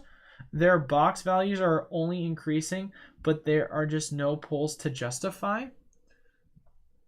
I don't know what you mean by have $20, but I think I know what you're saying. I think what you're saying is that the older sets, I think maybe you meant to say $200. I could be wrong, but let's just have that conversation. If you're saying, what do I think about older Sword and Shield era sets that just there's no justification for the pulling of the booster boxes? If you're paying like $200 for like a Sword and Shield base, if I'm correct, Sword and Shield base is actually going for around $220, $240 at this point. Hopefully I'm reading what you're saying right, but let's just for the sake of the conversation, let's just go back and let's just take a look at the price. So yeah, it's pushing $250, guys. So if you're saying to yourself, can't justify opening it, at this point, in my personal opinion, you shouldn't be buying these booster boxes to open because you're literally losing out money versus if you were to go buy single packs. And now you can say to yourself, oh, well, there's a justification for me to go, get this because I have the guaranteed pulls. But are you really thinking that it's worth it to get these guaranteed pulls for a booster box that is going to run you up an extra $100, $200? I'd much rather buy 36 single sealed, Sword and Shield booster packs for around $3 or $4. And I mean, we can take a look and see what the price is going for on them. But if you just say, let's take a look. So they're going for around $3, bro. So if you're saying to yourself, I'm trying to just open, enjoy, and pull the packs, more justified to just buy the singles loose. Personally, that's what I would do if I were you. The booster boxes at this point are just for the collectability of it. If you take that away, of course, and you say to yourself, well, I just want to try and find the cheapest, most effective method in regards to investing in master setting. Like you said before, the cards themselves are dirt cheap. But I can understand still wanting to have those pulls because you still want to have that kind of, that feeling of pulls, which is why I would go to the singles. So what I like to do a lot, one of my general strategies when it comes to investing, take Shining Fates, for example. Shining Fates, it's a fun set to open, but you're going to be losing so much money by opening Shining Fates. So you know what I did? After I got not this last reprint, but like the following reprint in like 6 months, 7 months after this set came out, and the prices had dropped 70-80%. Completed the master set, and at that point I had zero motivation to open any of my other Shining Fates product. And I have a lot of Shining Fates products because I do think it's going to perform really well long term, and so it took away a lot of that temptation. So for me, if I were in your situation and let's say I want a master set, let's say Sword and Shield base set, for example, I complete the master set, and then if I were to get the booster box, I would have no temptation to waste the money to open it because I have the duplicates. Of course, some people like duplicates, and I can understand that. Then once again, same argument, go back to the packs. But, for me personally, it helps take that away because then I look at it from more of a financial perspective because I'm not trying to chase unrealistic pulls that aren't going to make my money's worth back. Do the low pull rates make people open more or less? That's a great question, Patrick. It's been very mixed, but I would say definitely open less. What a lot of people said, from what I know. First off, shout out to Derek. I just at work while supporting my guy. First off, shout out to Derek sending $2 in the super chat. Yo, we're getting super chats now, boys. I'm so stoked about that. Derek, I didn't get the notification. I just saw it now. Shout out to you, brother. At work. Hey, thank you for stopping by first and foremost, and thank you for being at work, dude. I love that more than, first off, I'm stoked about the $2 because it's like, dude, I'll take anything because it puts a smile on my face. But dude, awesome. Thank you so much for the support. Sorry. I just now noticed that. I'm like, holy crap, gotta shout him out for that. But going back to your question, Patrick, interesting question to ask. You take a set like, Battle Styles, whether you want to say the set itself sucked or a lot of people said that there were really low pull rates with it, it obviously played a factor into a lot of people, in my opinion, not really enjoying to open the set as much because there weren't amazing pulls and there weren't a high pull rate. But also, here's another question. Take Celebration, and here's where my ultimate argument comes in for this. Take Celebrations, very high pull rates, but the value of the cards were crap. And so when it came to trying to pull the ultimate cards like the Mew, the Charizard, you had a low chance, or that was the only card you had to pull. So it takes away a lot of the fun, in my personal opinion, of pulling, unless of course, because if you're saying to yourself, right, you're going to be spending all this money to open up a set like Celebrations, and you're spending so much let's say you're getting at just the bare minimum, $50 in Elite Trainer box. You're going to spend so much money just to try and master set it. And the amount of duplicates you're going to get that are worth absolutely nothing because you've like repeatedly pulled them, it also takes away a lot of the fun of the value when it comes to the, kind of aspect of wanting to open the set itself. So I think there's a fine line between too hard, not fun to open.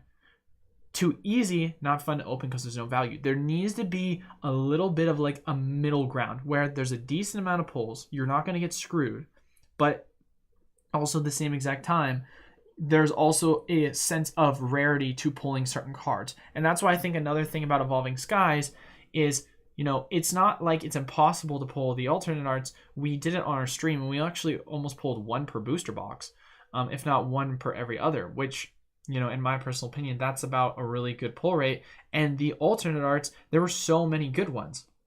So how I would look at it is make them scarce, but make a lot of them that you could pull. So you're not feeling like Fusion Strike, for example. You go to Fusion Strike, you say, okay, let's go and see what alternate arts do I have to pull to get my money's worth.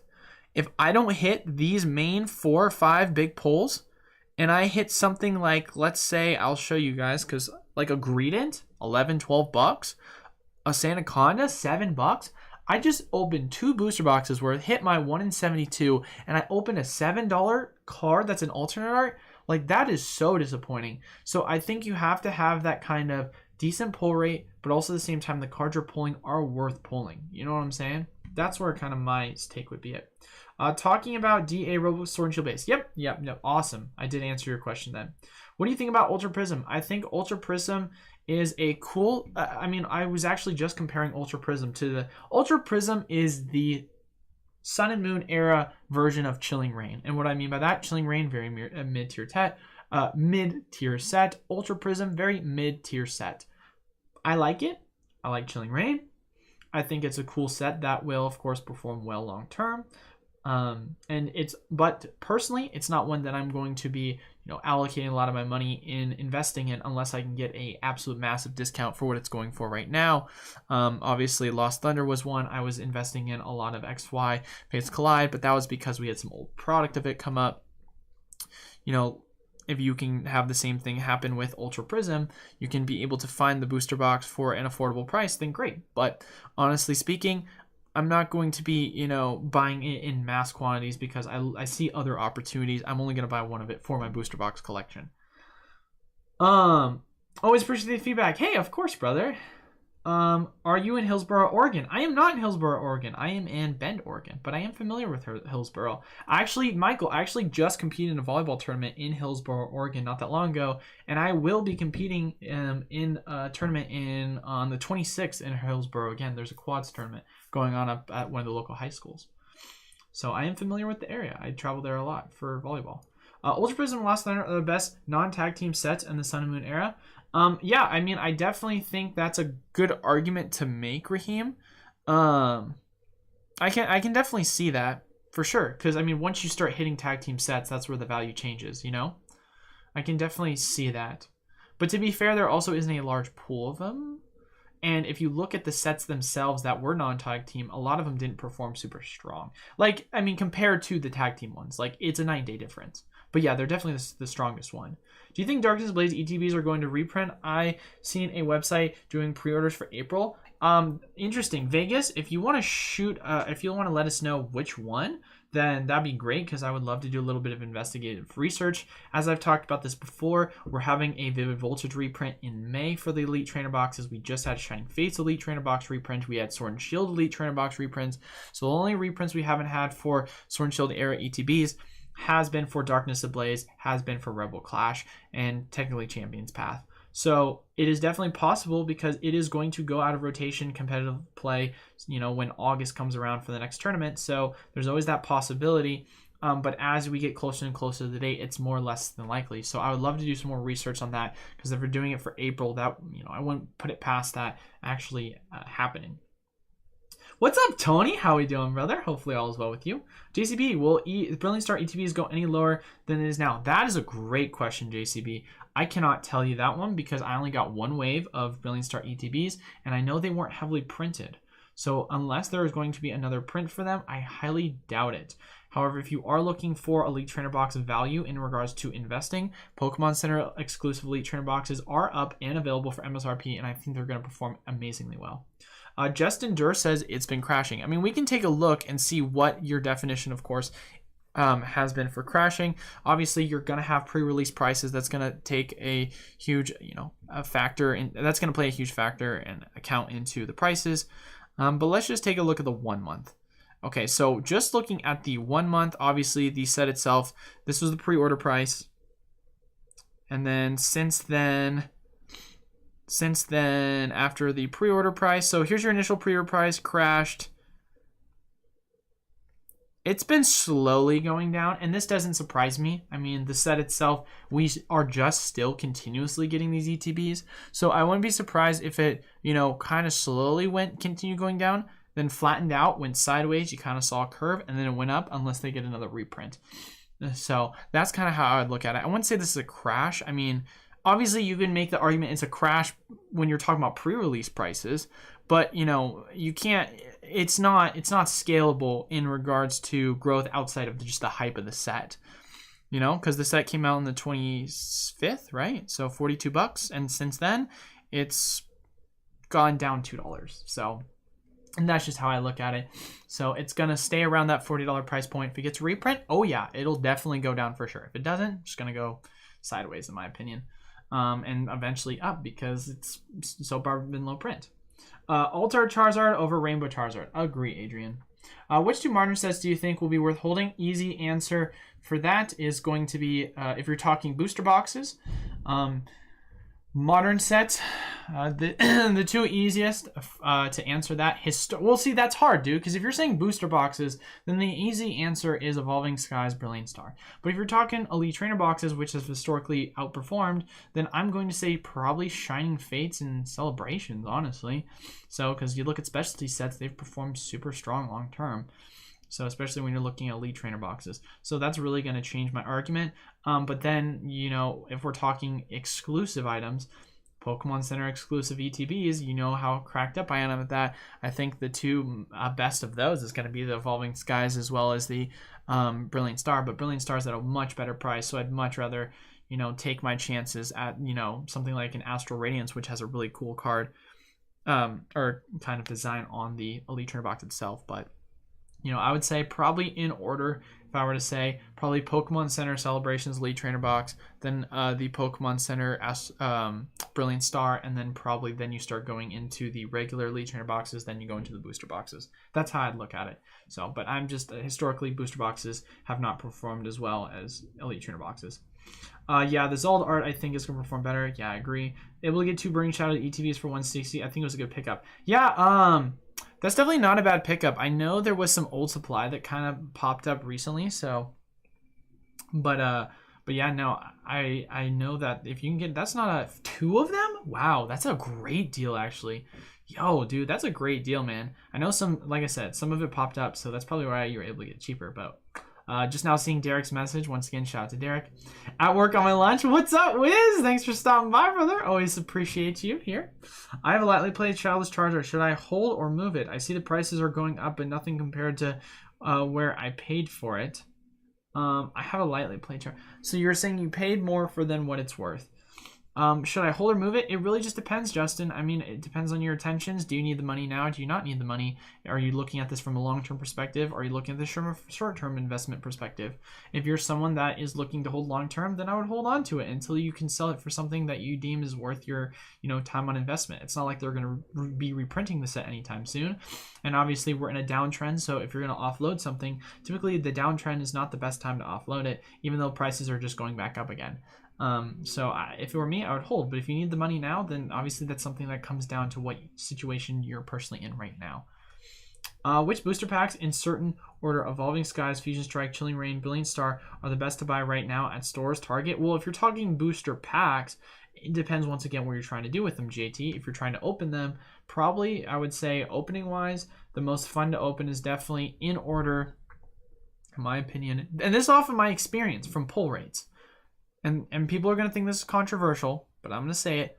Evolving Skies, then Brilliant Star, then Chilling Reign, then Fusion Strike. The reason why I'm saying that is because from my personal experience, I've had more fun opening Evolving than I have Brilliant Star. And the reason why is because I feel like a lot of the pulls are being fabricated based on the character rares, and the character rares are not that valuable. And so I don't get as much of a kick out of pulling a character rare as I do pulling an alternate art. And since the alternate art from what we've had over the 600 packs we've opened, both on and off stream, it's been ridiculously hard to pull them alternate arts. I mean, I think we pulled 1 out of 600 packs. So it's just not, it's not as fun. I think the pull rates for Brilliant Star are actually terrible if you look at it from that kind of lens. And versus Evolving Skies had really good pull rates. Chilling Reign, I had amazing pull rates with it. Fusion Strike, I've had okay pull rates. So that's really what I'm going off of, as well as the cards that I'm pulling. Evolving Sky, interesting.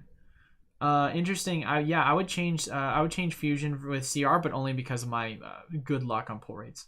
Good observations. I appreciate that. Derek, hey, what's up, brother? Thanks again for the donation. Saw your YouTube channel. Says Celebration is not worth holding onto right now. I disagree with him, but I'm interested in your opinion. I also disagree with him. That's dumb. Why would you say Celebrate? What it kind of, dude, I don't. Bro, it's the funniest thing. Derek, I've had multiple people tell me some things like that before, and I'm always like curious to hear where they come up with the sentiment of why Celebrations is not worth holding right now. Now is the best time to hold Celebrations because you're buying it at the absolute bottom.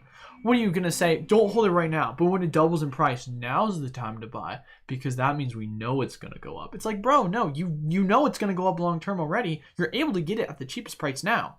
I loaded up on PC Elite Trainer Box exclusive for Celebrations. I've got around, I've got around 30 or 40 of them, right? And then I've got a bunch of other just, collection boxes of Celebrations that I have because it's a set that is going to perform really well long term. And if it went out of print in February, potentially, then awesome. Guess what? I just got a ton of Celebrations product that's going to move really easy in regards to long-term growth sooner than later because of the low print that's going to come with it. If there are more reprints, that's fine. It's just another opportunity for me to double down. So, just a dollar cost average, bro. If you're getting at a good price now and it drops lower, congratulations. You can now get it at a lower price and you're getting in near the absolute bottom. That's crazy to me, bro. That is so crazy to me that people say that kind of stuff, Derek. Right, you can get 36 rough customs. I can't understand the collectabilities where 100% agree, Adrian. Appreciate you sharing your opinion. That was very helpful. I was on the fence sitting. Both are great cards. Definitely have to do that. Yeah, of course, Drew. I got you, brother. Adrian, that's just how it is. A lot. Yeah. Awesome. Julio always helping out. Pulled all the packs out of like 5 case Pokeball tins last night. Can't decide if I want to hold the Cosmics or open them or sell them. Leaning towards just holding them.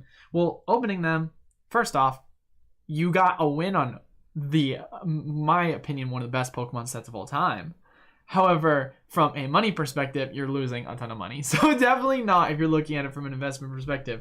But if you're talking about holding them, you're going to be able to, depending upon how you're selling them, from the price in which you told me you bought them for, Travis, make an immediate return. But cosmic prices on the packs have been going down quite a bit recently because of the, quote-unquote reprint or repackaged product. Going into the Pokeball tins, they went from like $15 to $10, so they dropped like 33%. So at this point, I would probably hold on to them for a little bit longer, wait a year or two, even a couple months. You know how this market moves, and you could definitely get them for you can sell them for a lot better of a price. I wouldn't be surprised within 2 years they go back up and hit like $200. Tony, fun tip, chat. You can trade in the cards from Celebrations as holo rares in bulks. I've gotten huge returns from Full Grip Game because I had like 200 to 300 holo rares. Oh, that's a good tip, Tony. Wow, Tony, that is a great thing to point out. I have quite a bit of them, so thank you for telling us that, actually. That is something I will have to look into. If you're looking sealed in single Pokemon product, you should buy extra sealed product to open and buy singles when the price is right. Yep, agree. You have to watch the market trend. Yep, agree. Oh my god, I made the live. What's up, Dally Red? Thanks for stopping by, brother. Congrats on making the live. I got me 9 Billion Stars boxes. Booster? Dude, that's insane. Holy crap, dude. For that much money? Congratulations. Trust in Jude. Thank you. Website is Hobbiesville. come I can email you, DM you directly. Link to that on, yes, yeah, DM me on Discord. Obviously, if you aren't a part of it, links down in the description below. If you are, then yeah, please DM me. Sorry, didn't mean to put email. You're good, bro. Brilliant Stars is the new Pokemon Go. It's definitely there. It's definitely a good set. I'm still gonna say Evolving Skies personally. Disappointing the Pokemon Center ETBs I never got was for disappointed the only Pokemon Center ETBs I never got was for Evolving Skies. That's tough. I mean, they sold out so fast, but I mean, honestly, if you're trying to collect them, they're not bad to buy right now, but I'm personally okay with passing on them right now because from an investment opportunity is what I'm really looking for right now when collecting Pokemon Center Elite Trainer boxes. Not sure why someone would sell you those for $80, but okay. Yeah, dude, it's crazy, Anonymous. First off, shout out to Anonymous and shout out to AJ for stopping by. Justin, I appreciate you. I feel really stupid for selling my Brilliant Star Master set this past week. I feel like I got nothing. Don't feel dumb, Justin. I mean, here's the thing you're gonna learn, and I'm never gonna shame anyone because all this is just a learning experience when it comes to the market. And I'm gonna be able to do my best to kind of guide you guys with my experience from what I've seen and just the overall trends. You know, when it comes to collecting those Brilliant Star Master sets or just any other Master sets, you know, you got to be able to take away your emotions and be able to not FOMO and knowing there's going to be a second reprint. There's going to be a third reprint. There's going to be a third wave, a fourth wave, whatever it is. And know that, you know, these prices on the cards are meant to be continuously reprinted because that's what the Pokemon company loves to do. So, and I know it's a mistake. Like, we can't, you know, ignore that. But think of this as a learning opportunity for the future, Justin, for you to move on and say, hey, I made a mistake, but that's okay. In the future, I'll be able to learn from that. And just know if you're going to open packs and sell at the very minute you get the packs when it's, you know, on, you know, a couple days before the release date or on the release date, because that's when you're going to make your most money. And then, you know, if you don't want to sell them and you want to hold the collection, you can totally do that. But like I said before, I like to wait and reserve everything until you get to that kind of multiple wave point. That one guy, what's up, brother? Will Shining Fate's ETB goes down more? If no, is now a good time to buy? Now is the best time to buy. I actually made a video not that long ago about that. That one guy. Definitely, if you're going to buy, now is the time to buy. I'm not trying to make people FOMO, but FOMO. Shining Fates. Don't know why I did that. You freaking dummy. Shining Fates right here. I'm calling myself a dummy because I clicked the wrong thing. You are talking about the fact of the matter that right now on TCG Player, out of all places, you can buy these for $55. That's $5 above MSRP. And we can just take a look and see what they're on eBay. Shining Fates Elite Trainer Box. They are going for $56, $54. Yeah, so around $55, $54, guys. You're literally paying for the shipping cost. That's literally what it is. Think of this as you're buying it for $50, $5 shipping. That's an amazing opportunity for a set that is going to, in my personal opinion, perform really well long term. Now is the time to buy if you're trying to buy. And then Evo, never posted again. That's funny. Are you pull rates from? What do you mean by that, Dally? Are you pull rates from? I don't know what that means. Local stores near me is going out of business and moving, so they were just trying to sell. Makes sense. Yeah, dude, take that all day. GameStop is Shining Fate ETBs in stock on their website. Just picked up 2 today. Let's take a look at that. We'll take a look at GameStop. Oh no. Yeah, we can actually take a look at that and see if that's true. Peoples, now's the opportunity. Be able to get it for 50, but while we wait for that for a load, we'll keep going down. Are your pull rates for Wave 1 to Evolving? Are you pull rates from Wave 1 to Evolving Skies? I keep hearing 2 or 3 is terrible. It's true for most sets. Dally, I had no difference in experience from Wave 1 versus 2 versus 3. And I opened around 500 packs of Wave 1. Wave 2, I opened up around 300 packs worth. Haven't seen a difference. If anything, there's an argument to be made. I had better pulls with Wave 2 and 3. Let's take a look at Shining.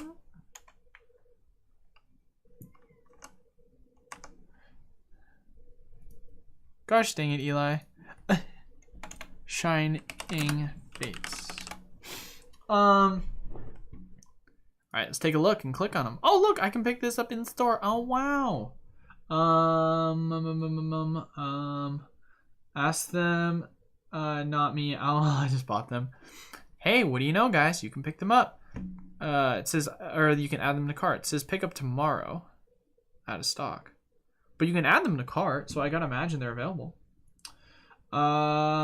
I actually just bought 10 sleep packs of Evolving Skies through GameStop last night. $3.99. I think it's worth it since Evolving Skies only get more popular. Yeah, no, I think sleeved blisters are definitely a good collectible item.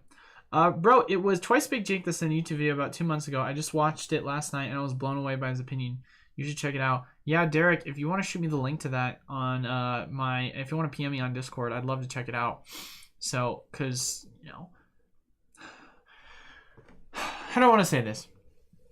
All right, let's not sound really offensive. First off, Twice Big Jake, I've been following him for a while. I think his content's great.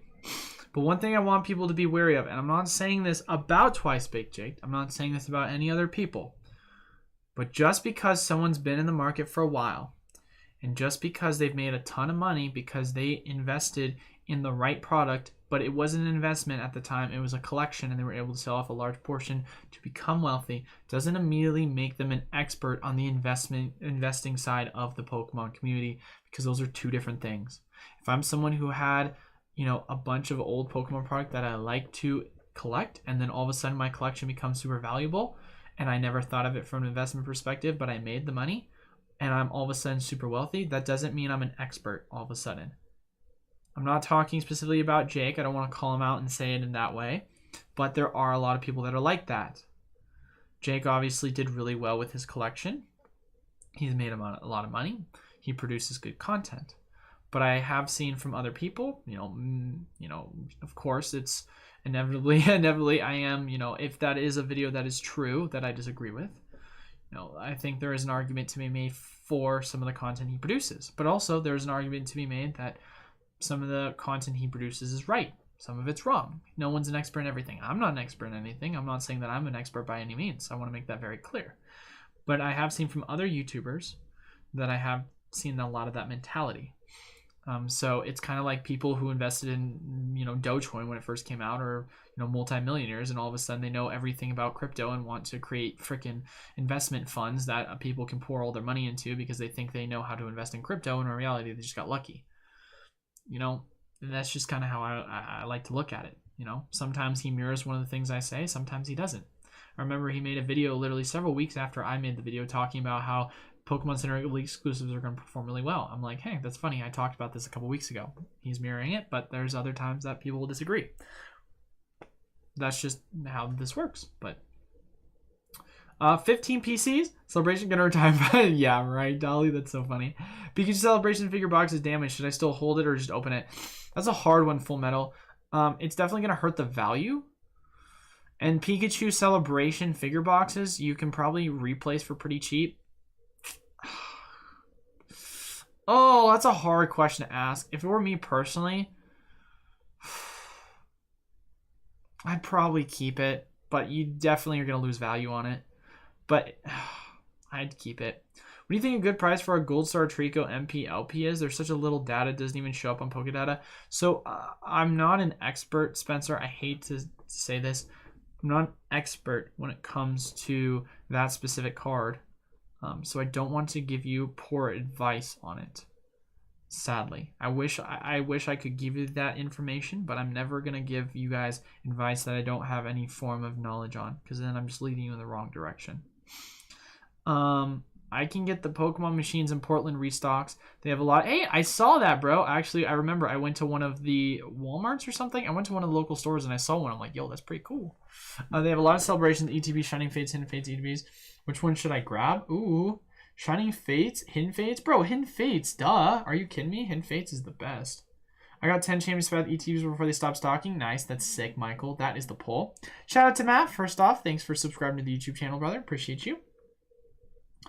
But yeah, dude, Champions Path, that's gonna perform well long term, that's for sure. Full Metal, congratulations, you won username of the month. Travis, I love how you just always give that stuff out. That's so funny. Full Metal Wolf Babe. I got my order from you guys last week. ETBs came packaged. Well, thanks. Hey, awesome. I appreciate that, and I'm really glad you had a good experience with us, Evo. Actually, I still have a couple of the Elite Trainer boxes on my site. I think I have like 4 of them for Shining Fates. Thanks, Matt Miller. Didn't realize GameStop has Shining Fates. Yeah, shout out to Matt Miller. Does anyone worry about prices of Pokemon if World War 3 were to happen? Well, there's no doubt, Epic, that the prices of retail consumption is going to go down. I mean, literally in one of my other videos I just talked about, it's the funniest thing. I literally said that if, you know, the Biden administration decided to come out and say that they're going to be putting tariffs, or not tariffs, God, tariffs, what? If they are going to be putting sanctions on natural energy, or aka gas, on Russia, you could see a potential spike in gas prices, and with that, of course, it's going to be less money in general consumers' pockets, and that is going to then mean less money to spend on, you know, luxury goods. And if we're being completely honest, Pokemon cards are a luxury good. So if the Pokemon market is if the general stock market doesn't do well, if the crypto market doesn't do well, then the Pokemon market doesn't do well, because it acts as a market. It really does. So we've obviously seen correlation and trends between Pokemon and crypto, very interestingly. And crypto is also seeing correlations with the general stock market. So they all just, you know, tie in together. So, but with that being said, all that's going to do is just allow you to get a really good opportunity as it stands right now to get into a lot of the Pokemon product while they're at a more affordable, cheaper price. Especially when you take into consideration that the demand is more than likely going to continue to go down, because as we just recently saw, gas prices have absolutely skyrocketed in the country. And I won't get into the politics of that, because obviously, you know, everyone's going to have their opinion, and I'll only give you what the facts are. But I'm never going to get political, and I will tell you that in my little town, gas prices, I want to say about it 2 years ago, were going for around, it's not a tiny town, but they were going for a little bit below $3. I just was passing by the gas station today, and gas is almost $6. So the price of gas in the past 2 years has almost doubled, and that is not going to help the economy any single bit. So that is the most in-depth I will get into in that topic, though. GameStop Shining Fates Elite Trainer boxes are available now on the site. Yeah, you're looking at right now. Epic Gamer, yeah, that's probably the next move for sure, but no problem, that one guy. Glad you're able to pick up for retail. You're really amazing. These live Q&A streams are so good. You're packed full of great information. Very well spoken. Thank you for these streams. Hey, I appreciate that. Thank you so much for the compliments. Thank you so much for asking, all you guys, for asking these amazing questions, supporting the channel. I really appreciate everything. Wouldn't be able to be here without you guys. But yeah, I love doing this kind of stuff, and I love answering questions. After a while, hopefully priceless cards most will be destroyed. That's so funny. Everyone's talking about how they're just all of a sudden going to just use Pokemon cards for fuel. Just, it's like end times. People, that's so funny. Picked up another case of Shining Fates, 40 shipped, already had 6 boxes. Nice, Wrath. Beautiful price. Yeah, everyone started getting World War 3. Will Evolving Skies get reprinted? Alvara, if I were a betting man, yes. Big time. Sent you the link on Discord. Thank you, Vegas. I'll definitely check it out after this. How many Shining Fates ETBs are in a case? And can we buy sealed cases from you? Patrick, so a sealed case has 10 in them as it stands right now. I think I'm down to less than a case.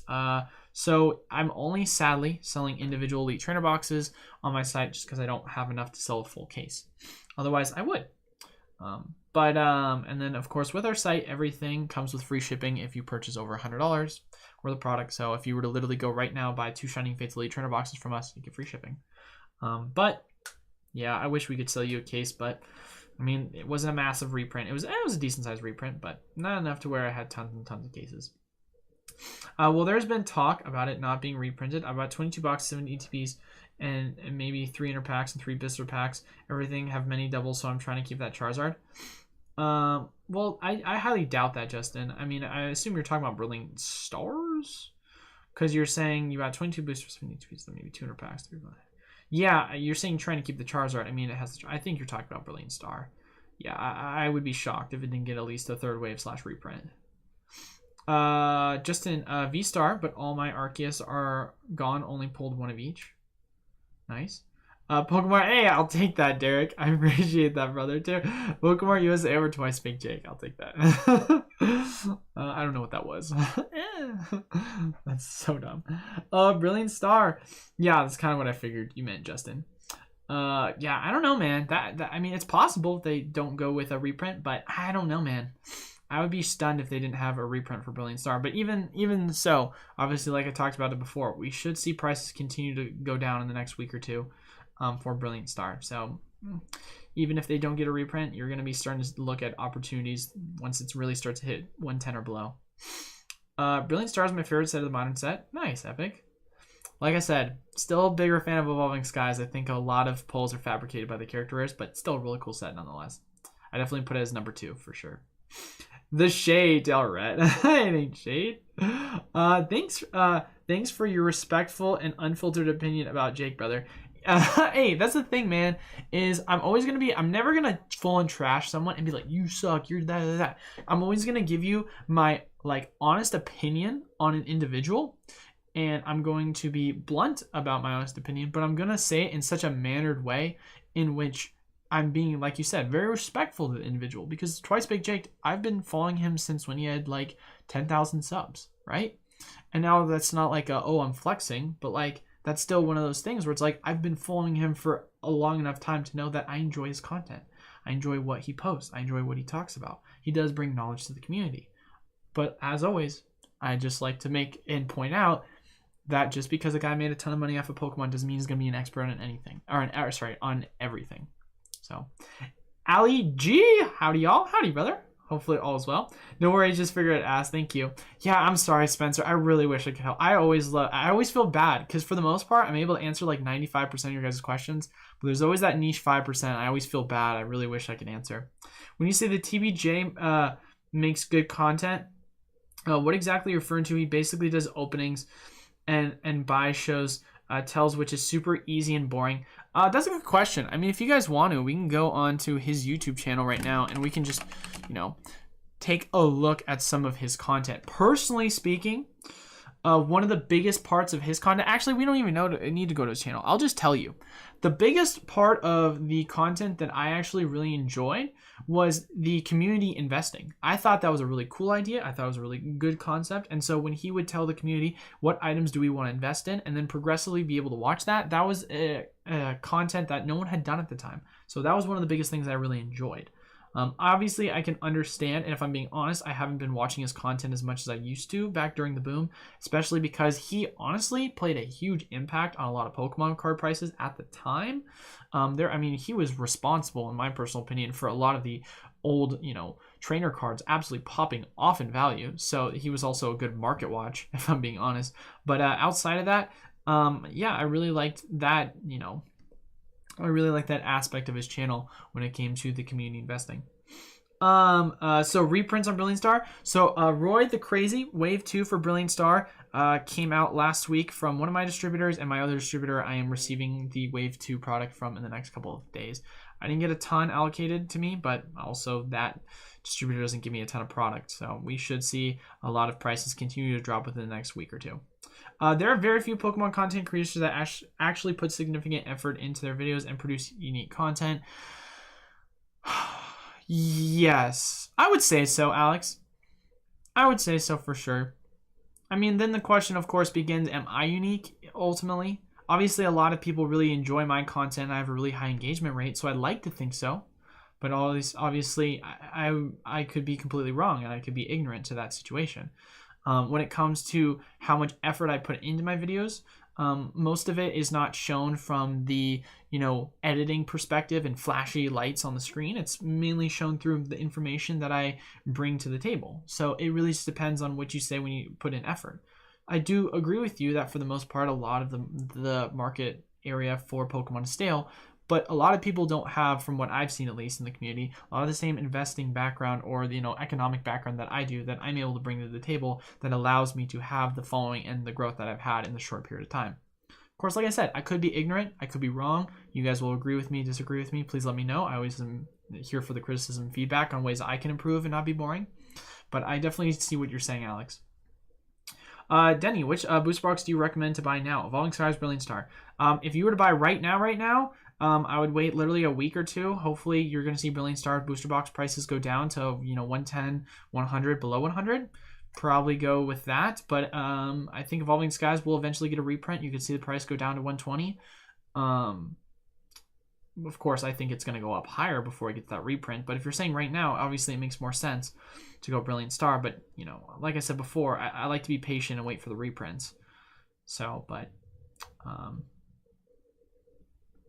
are you getting any Vulture's booster boxes for sale? I asked a couple weeks ago back, but never saw them up for sale unless I missed them. So I actually never got any Evo. The reason why was because the market price for them at the time, and I'm always transparent about this with you guys, of course. At the time, the market price for them was going for around 1 to 110, and my distributors were saying I had to pay for them at the price point of 120. So I wouldn't be making any money. So sadly, if you're going to buy them, honestly, buying them at eBay right now and any other place that sells it for less than what eBay is selling it for is going to be a good price point at this point because it's about to go out of rotation. Love the content, man. I have a bunch of Hidden Fates PSA 10 graded cards, and it's crazy. Do you see the Shiny Vault and Baby Shiny PSA going up as ETB prices rise?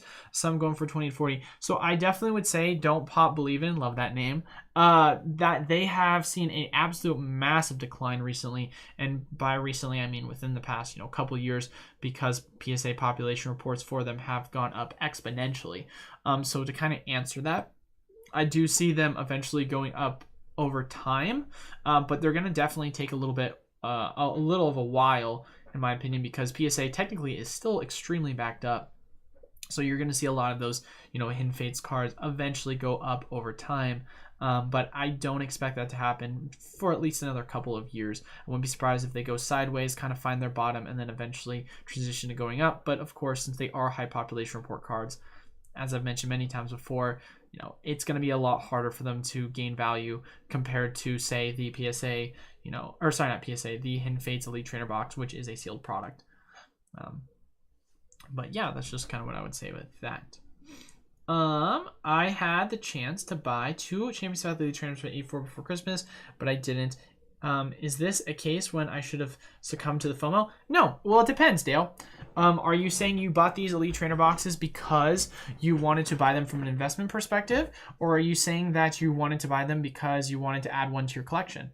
Personally speaking, if it were me, I doubt there's going to be a Champions Path Elite Trainer box, but who knows? But it's going to go out of rotation after August. At this point, you feel like you missed the boat. If you want it, you can get it now. You buy one. It's not a terrible, investment in my opinion. But if you want it, you can always wait. It'll probably not go up that much once we hit September and it goes out of rotation. So you can always wait till then, just in case. But as far as it goes, if we're talking investment opportunity, no, bro, because there's always going to be opportunities in the market, and that's one thing that people always forget. Everyone thinks they missed out with, Hidden Fates, and then Shining Fates came out, and now Shining Fates is a great opportunity. People thought they missed with Evolving Skies, and Evolving Skies, then Brilliant Star came out, and that's going to be a great opportunity. There's always going to be opportunities in this market, guys. You can't always FOMO into missed opportunities. You got to be able to look forward and realize there's always going to be others popping up in this market.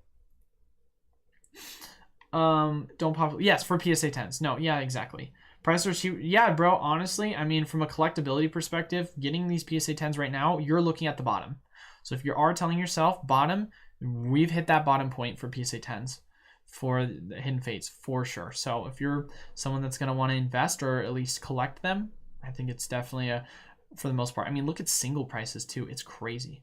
What would you rather hold long-term? Celebrations UPC or just the Jolteon Vaporeon and Flareon VMAX Premium Collection Box? So I'd hold the UPC, but for the different reason than why you think. The reason why I'd actually hold the UPC is mainly because it's going to be a lot easier to store, and it's going to be a lot easier to keep protected than it is the other boxes. The other boxes, specifically Premium Collection Boxes, historically have always been a lot harder when it comes to keeping them in mint condition. I think UPC, the way it's designed, it's going to be easier to hold in mint condition.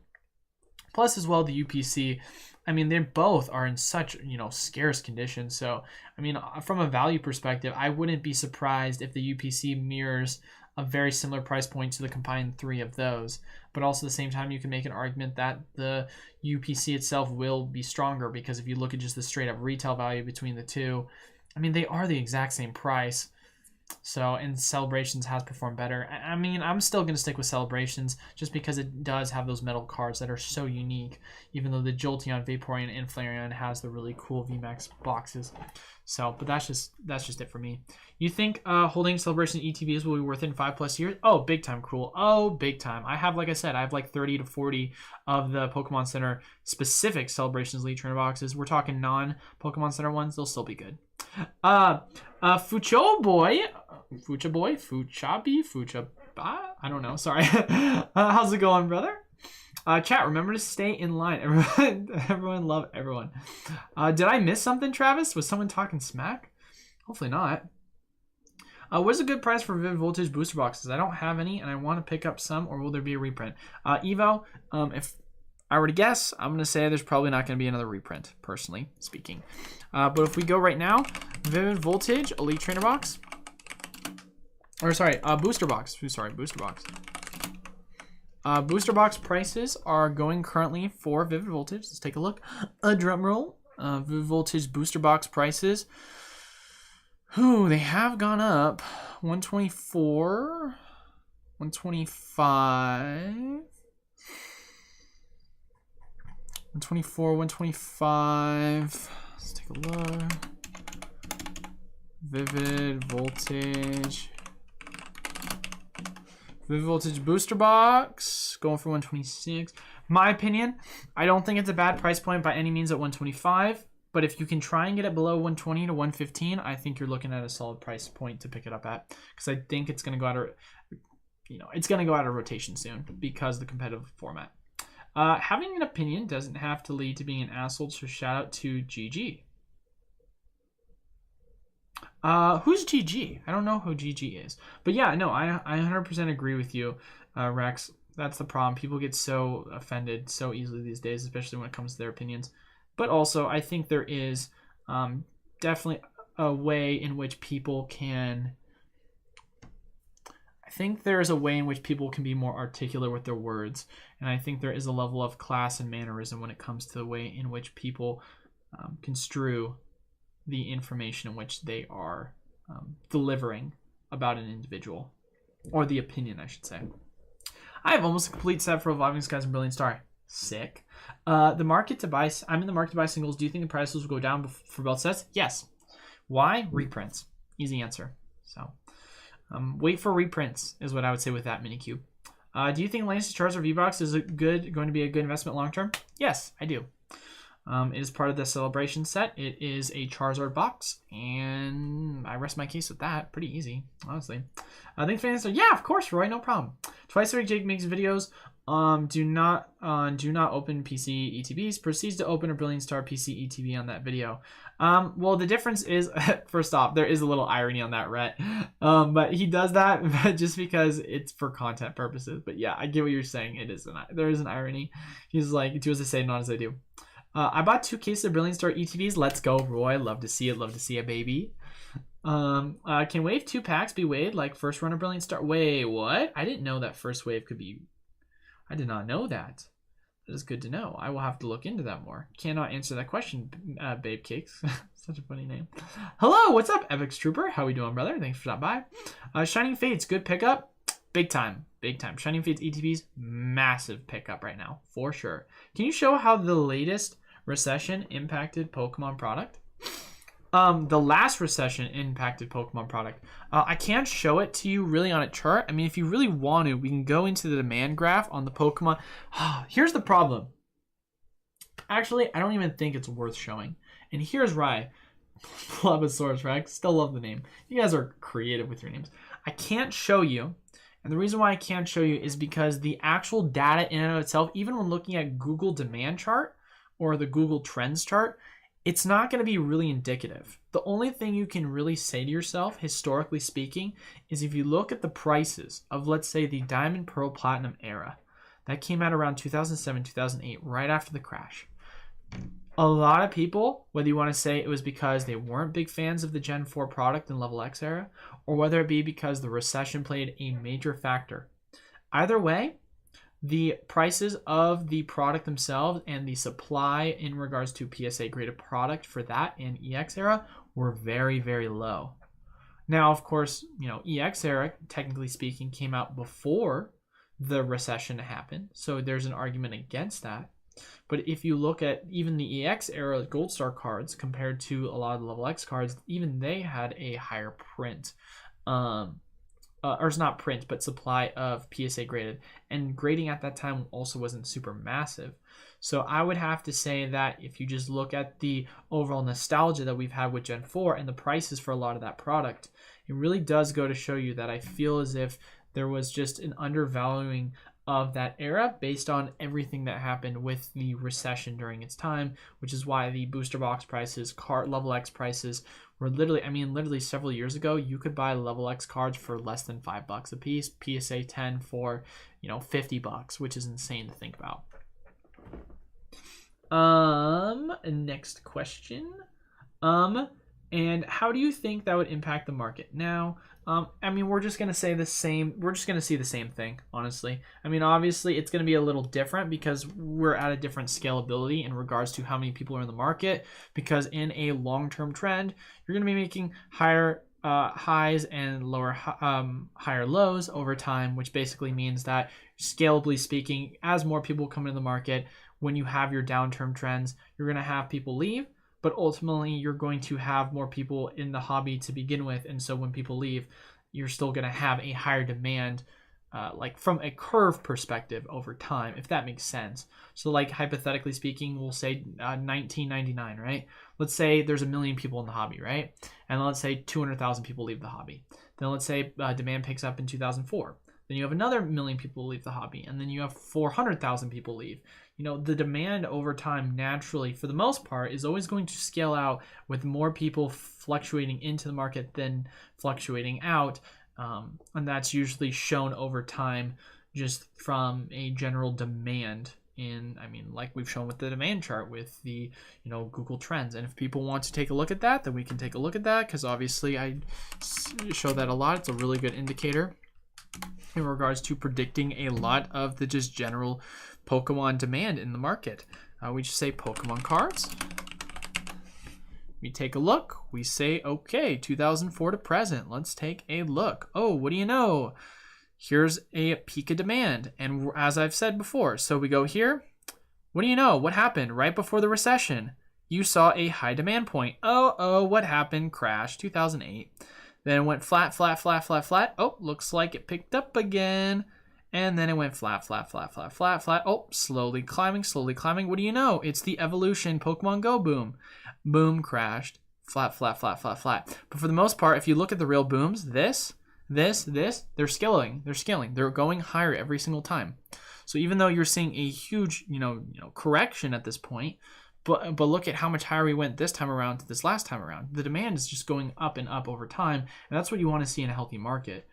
So you're going to see prices, of course, drop, but you're not going to ever see them come back to prices that they once were back in 1999 or 2008. Content creators can't appeal to every viewer. Yeah, I agree, Julio, for sure. I just got my UPC. I was watching a vid, picked it up for $240. A lot smaller box than I thought. Hey, dude, that's a sick price point to get it for. Thanks for responding. Definitely holding for the long term. Of course, brother. All right, where are we at right now? I've been going for almost 2 hours. So here's what we're going to do. I'm going to go for another 5 more minutes because I need to eat and I have so much work stuff I need to take care of. So we're going to go for 5 more minutes. So get your questions in now and we're going to head out.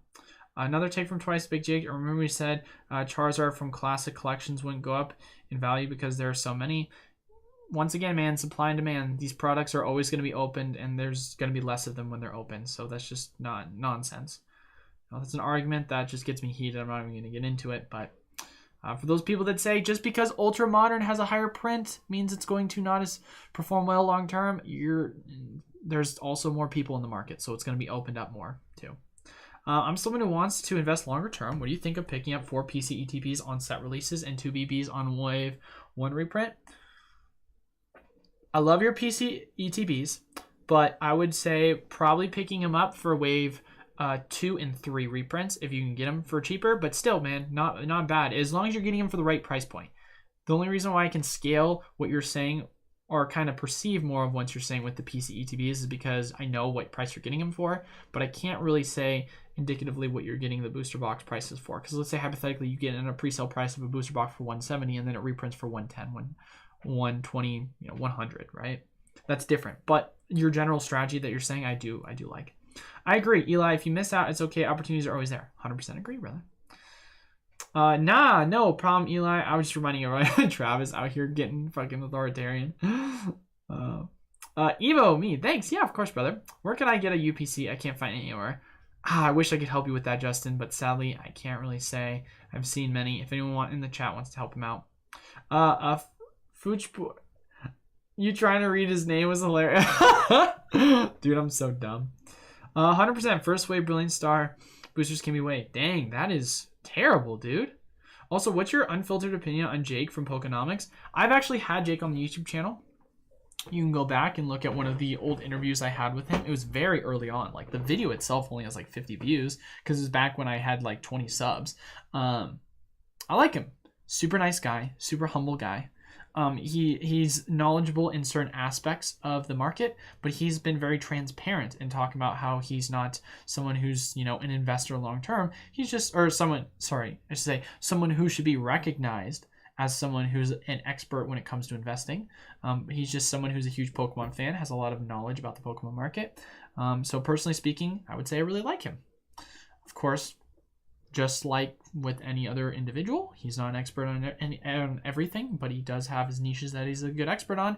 And every so often, I do like to listen to his opinion. Of course, when it comes to economics, I would say I definitely disagree with him on a lot of things. And like I've said before, he's been very transparent on his overall background in regards to not being an expert on that. But that doesn't mean that there aren't a lot of things that he says that I agree with. So, and a lot of the things he says too, he's very open into, other people's opinions, which I think is really good because when it comes to being in a space that has open discussion, you want to be able to learn other people's outside opinions because that's the only way you're going to be able to grow. So, amazing guy. I like his content. And he's also, I've had him on the channel for a reason. So, I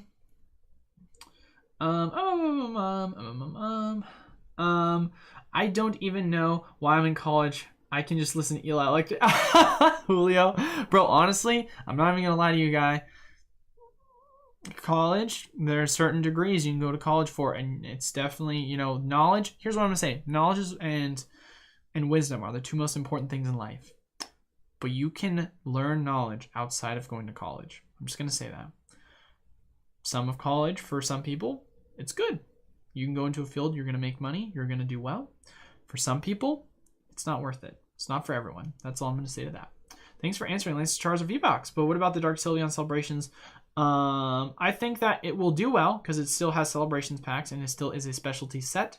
But since it does not have a Charizard, then it will probably not perform as well. That's my opinion on it, Joey. I mean, like I've said before, I think I've called it the Charizard tax. Every single time there's something that has a Charizard in it, it typically performs better than its counterpart. I just picked up 4 Sun, Moon, Crimson Invasion ETBs from Walmart for $40. Good deal or not? Bro, if you're buying it, a set that's 3 or 4 years old, don't get me wrong, it's not a popular set by any means, but it's 3 or 4 years old. You picked them up for $40. I think they retail for $60 online. I could be wrong, but we can take a look quickly. Obviously, I got to wrap up soon. The Crimson and Invasion Elite Trainer Box. Take a look. Crimson Invasion Elite Trainer Boxes are going for around $55. You're buying it for more than what it's worth. Good pickup. Yeah, for sure. Definitely a good pickup. Time for a nap. Bro, you're right there with me. For making short-term money to build collections, what are you trying to flip? Sealed or individual cards? That is a loaded question, Austin. I've made multiple videos on it, actually, if you want to go back. I've talked about short-term, medium-term, long-term investors. I've talked about short-term strategies. But just the short answer to that is basically, if I find collections, I'll flip the collections and sell off the individual cards. If we're talking about general sealed product, I like to sell in waves. So since I'm able to get access to knowing when most reprints are going to happen, if I were in your guys' shoes, I would play the reprints. I'd get in on pre-order prices while they're low. Like, for example, let's say Astral Radiance. Let's say you're able to buy it right now for $100, $110 on pre-order. Well, if you were to pre-order it, and then hypothetically speaking, list that pre-order that you're pre-ordering when it gets near to the set release for 150, 160, you can make money off of an item that you're pre-ordering yourself.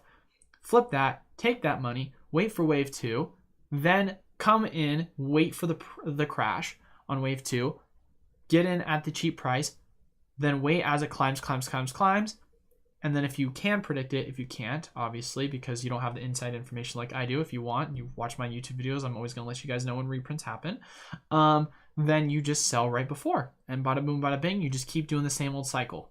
So that's kind of my like short-ish flipping strategy. Also been purchasing copies of the cards that I think are undervalued, like Celebrations, TMS Groudon, and the low value Tia, like Alchemy and Evolutions. Thoughts on the pickup? I think that, personally speaking, Celebrations was such an overprinted set. It's hard for me to say I'm a big fan of, hard for me to say that I would invest in a lot of them. But of course, I could be 100% wrong. I could 100% be off base on it. But yeah, man, it's really hard for me to say, just because I'm not a big fan unless you're able to get them at a cheap price when it comes to how do I want to say this? If you can get a card cheap and you can grade it and get a good flip off the PSA 9-10 grade, then I think it could be good. But if you're talking about a high population card that you're buying and you're trying to, flip it in the short term, unless there's a competitively viable aspect to it, it's going to be harder. And from a long-term perspective, if it is a high population, you could make money off of it. But if you take a look at Evolutions, for example, a set that was absolutely printed into the ground, obviously it was the sealed product that's performed better, a lot better. And even though the prices of a lot of the Charizards have gone up, and I remember the Mega Charizard at one point was going for like $5 to $10 a piece, and now it's like 40, 50. It's gone up, but it takes a lot longer because it does have that inflationary aspect of it, because it's gonna keep going up as more products open. But that's just my opinion. I could be wrong. You can disagree with me. Do you have any PSA 10 slabs? If so, what's your favorite one? Don't have a ton. I sold a lot of my PSA graded cards that I have for my collection, but my prized one right now is the Leafeon Level X PSA 10 Japanese version, first edition. So I'll have to show you guys my collection one of these days, do a video. So wait a week or two if I'm thinking about getting Brilliant Star. Probably LEG, obviously. I would just say wait for the price points. Here's the thing. This is what I'll say, LEG. My opinion, dollar cost average, 110, 100, anything below that. That's my opinion. So 110 is a great price for Brilliant Star. Anything below 110, once you hit 100, that's a great price. And $90, you better be picking it up. Those are my personal opinions. Hey, it's all good, brother. I'm here to help you out and make sure you're in front of the curve, Valley. Thanks, bro. Do more lives. Much love. Good lunch. Hey, you too, brother. And I appreciate you for stopping by. Yeah, I wasn't expecting to see those in Walmart. Thanks. Yeah, dude. Seriously, great find. Thanks for the answers. The info is critical. Market. Your channel is top notch. I appreciate that. Should I sell Brand Star singles now or wait? How does single price behave in new sets? Have they plateaued? Dally Ret, historically speaking, best time to sell them is literally the day in which they drop. And by drop, I mean like the set comes out. Otherwise, at that point, we still haven't really seen the true effect of Wave 2. Not financial advisor, but if I was in your shoes, it's a pretty good time to sell, because as the reprints start to really play effect, the prices on the cards are going to go down a lot, and they're going to go down fast. But as well, who knows? Maybe the reprints have already come into effect, and maybe there's not going to be a Wave 3 reprint. Obviously, everything is speculative, but I'm just looking at historically what's happened. Finally, they never were up at IMO. Official unknown. Are you talking about? What are you talking about? Finally, they were never up. Are you talking about evolutions? I can't tell. Amazon Ash, I'm 12. Zam, I like kids. All right, let's do that. Derek, hurry up and finish Peaky Blinders Season 2, bro. I'm finishing up Season 3 tonight. Derek, I actually just finished Season 2 last night, and then I am on Season 3, Episode 3. So I've watched Episode 1 and 2. So no spoilers. So, but yeah, Season 2 was great. I'm really upset that he married Grace. I do not like Grace. She's 12, Sam. All right, let's stop. But all right, last question. Last question, Travis. Do you think it's worth getting cards graded right now, considering PSA is so expensive and CCG, BGS are so strict? Nope. I would wait, but I'm also patient, Travis. You know, that's one of the biggest things I preach is patience. So I personally do not think it is worth it at this time. So, of course, my personal opinion, but I don't want to spend $50. Do you collect master sets? Okay, final question. Yes, I do collect master sets. I have master sets for most of the ultra modern sets. But that is it. I cannot go any longer. I've been already going over my time. As always, I try to do these live streams Tuesdays and Thursdays. So I really appreciate you guys all so much for stopping by. Love doing Q&As. So I just want to say I can't thank you guys enough. I wouldn't be able to do this without you. As always, make sure to leave a like, comment down below, and subscribe if you are not already. We do our weekly giveaways each and every week. And yeah, but as far as it goes, I'll be making sure to post Wednesday's video at some point in the next couple of hours. I apologize for the delay on that. Like I said, I had some major issues. I had to go through so many hoops. So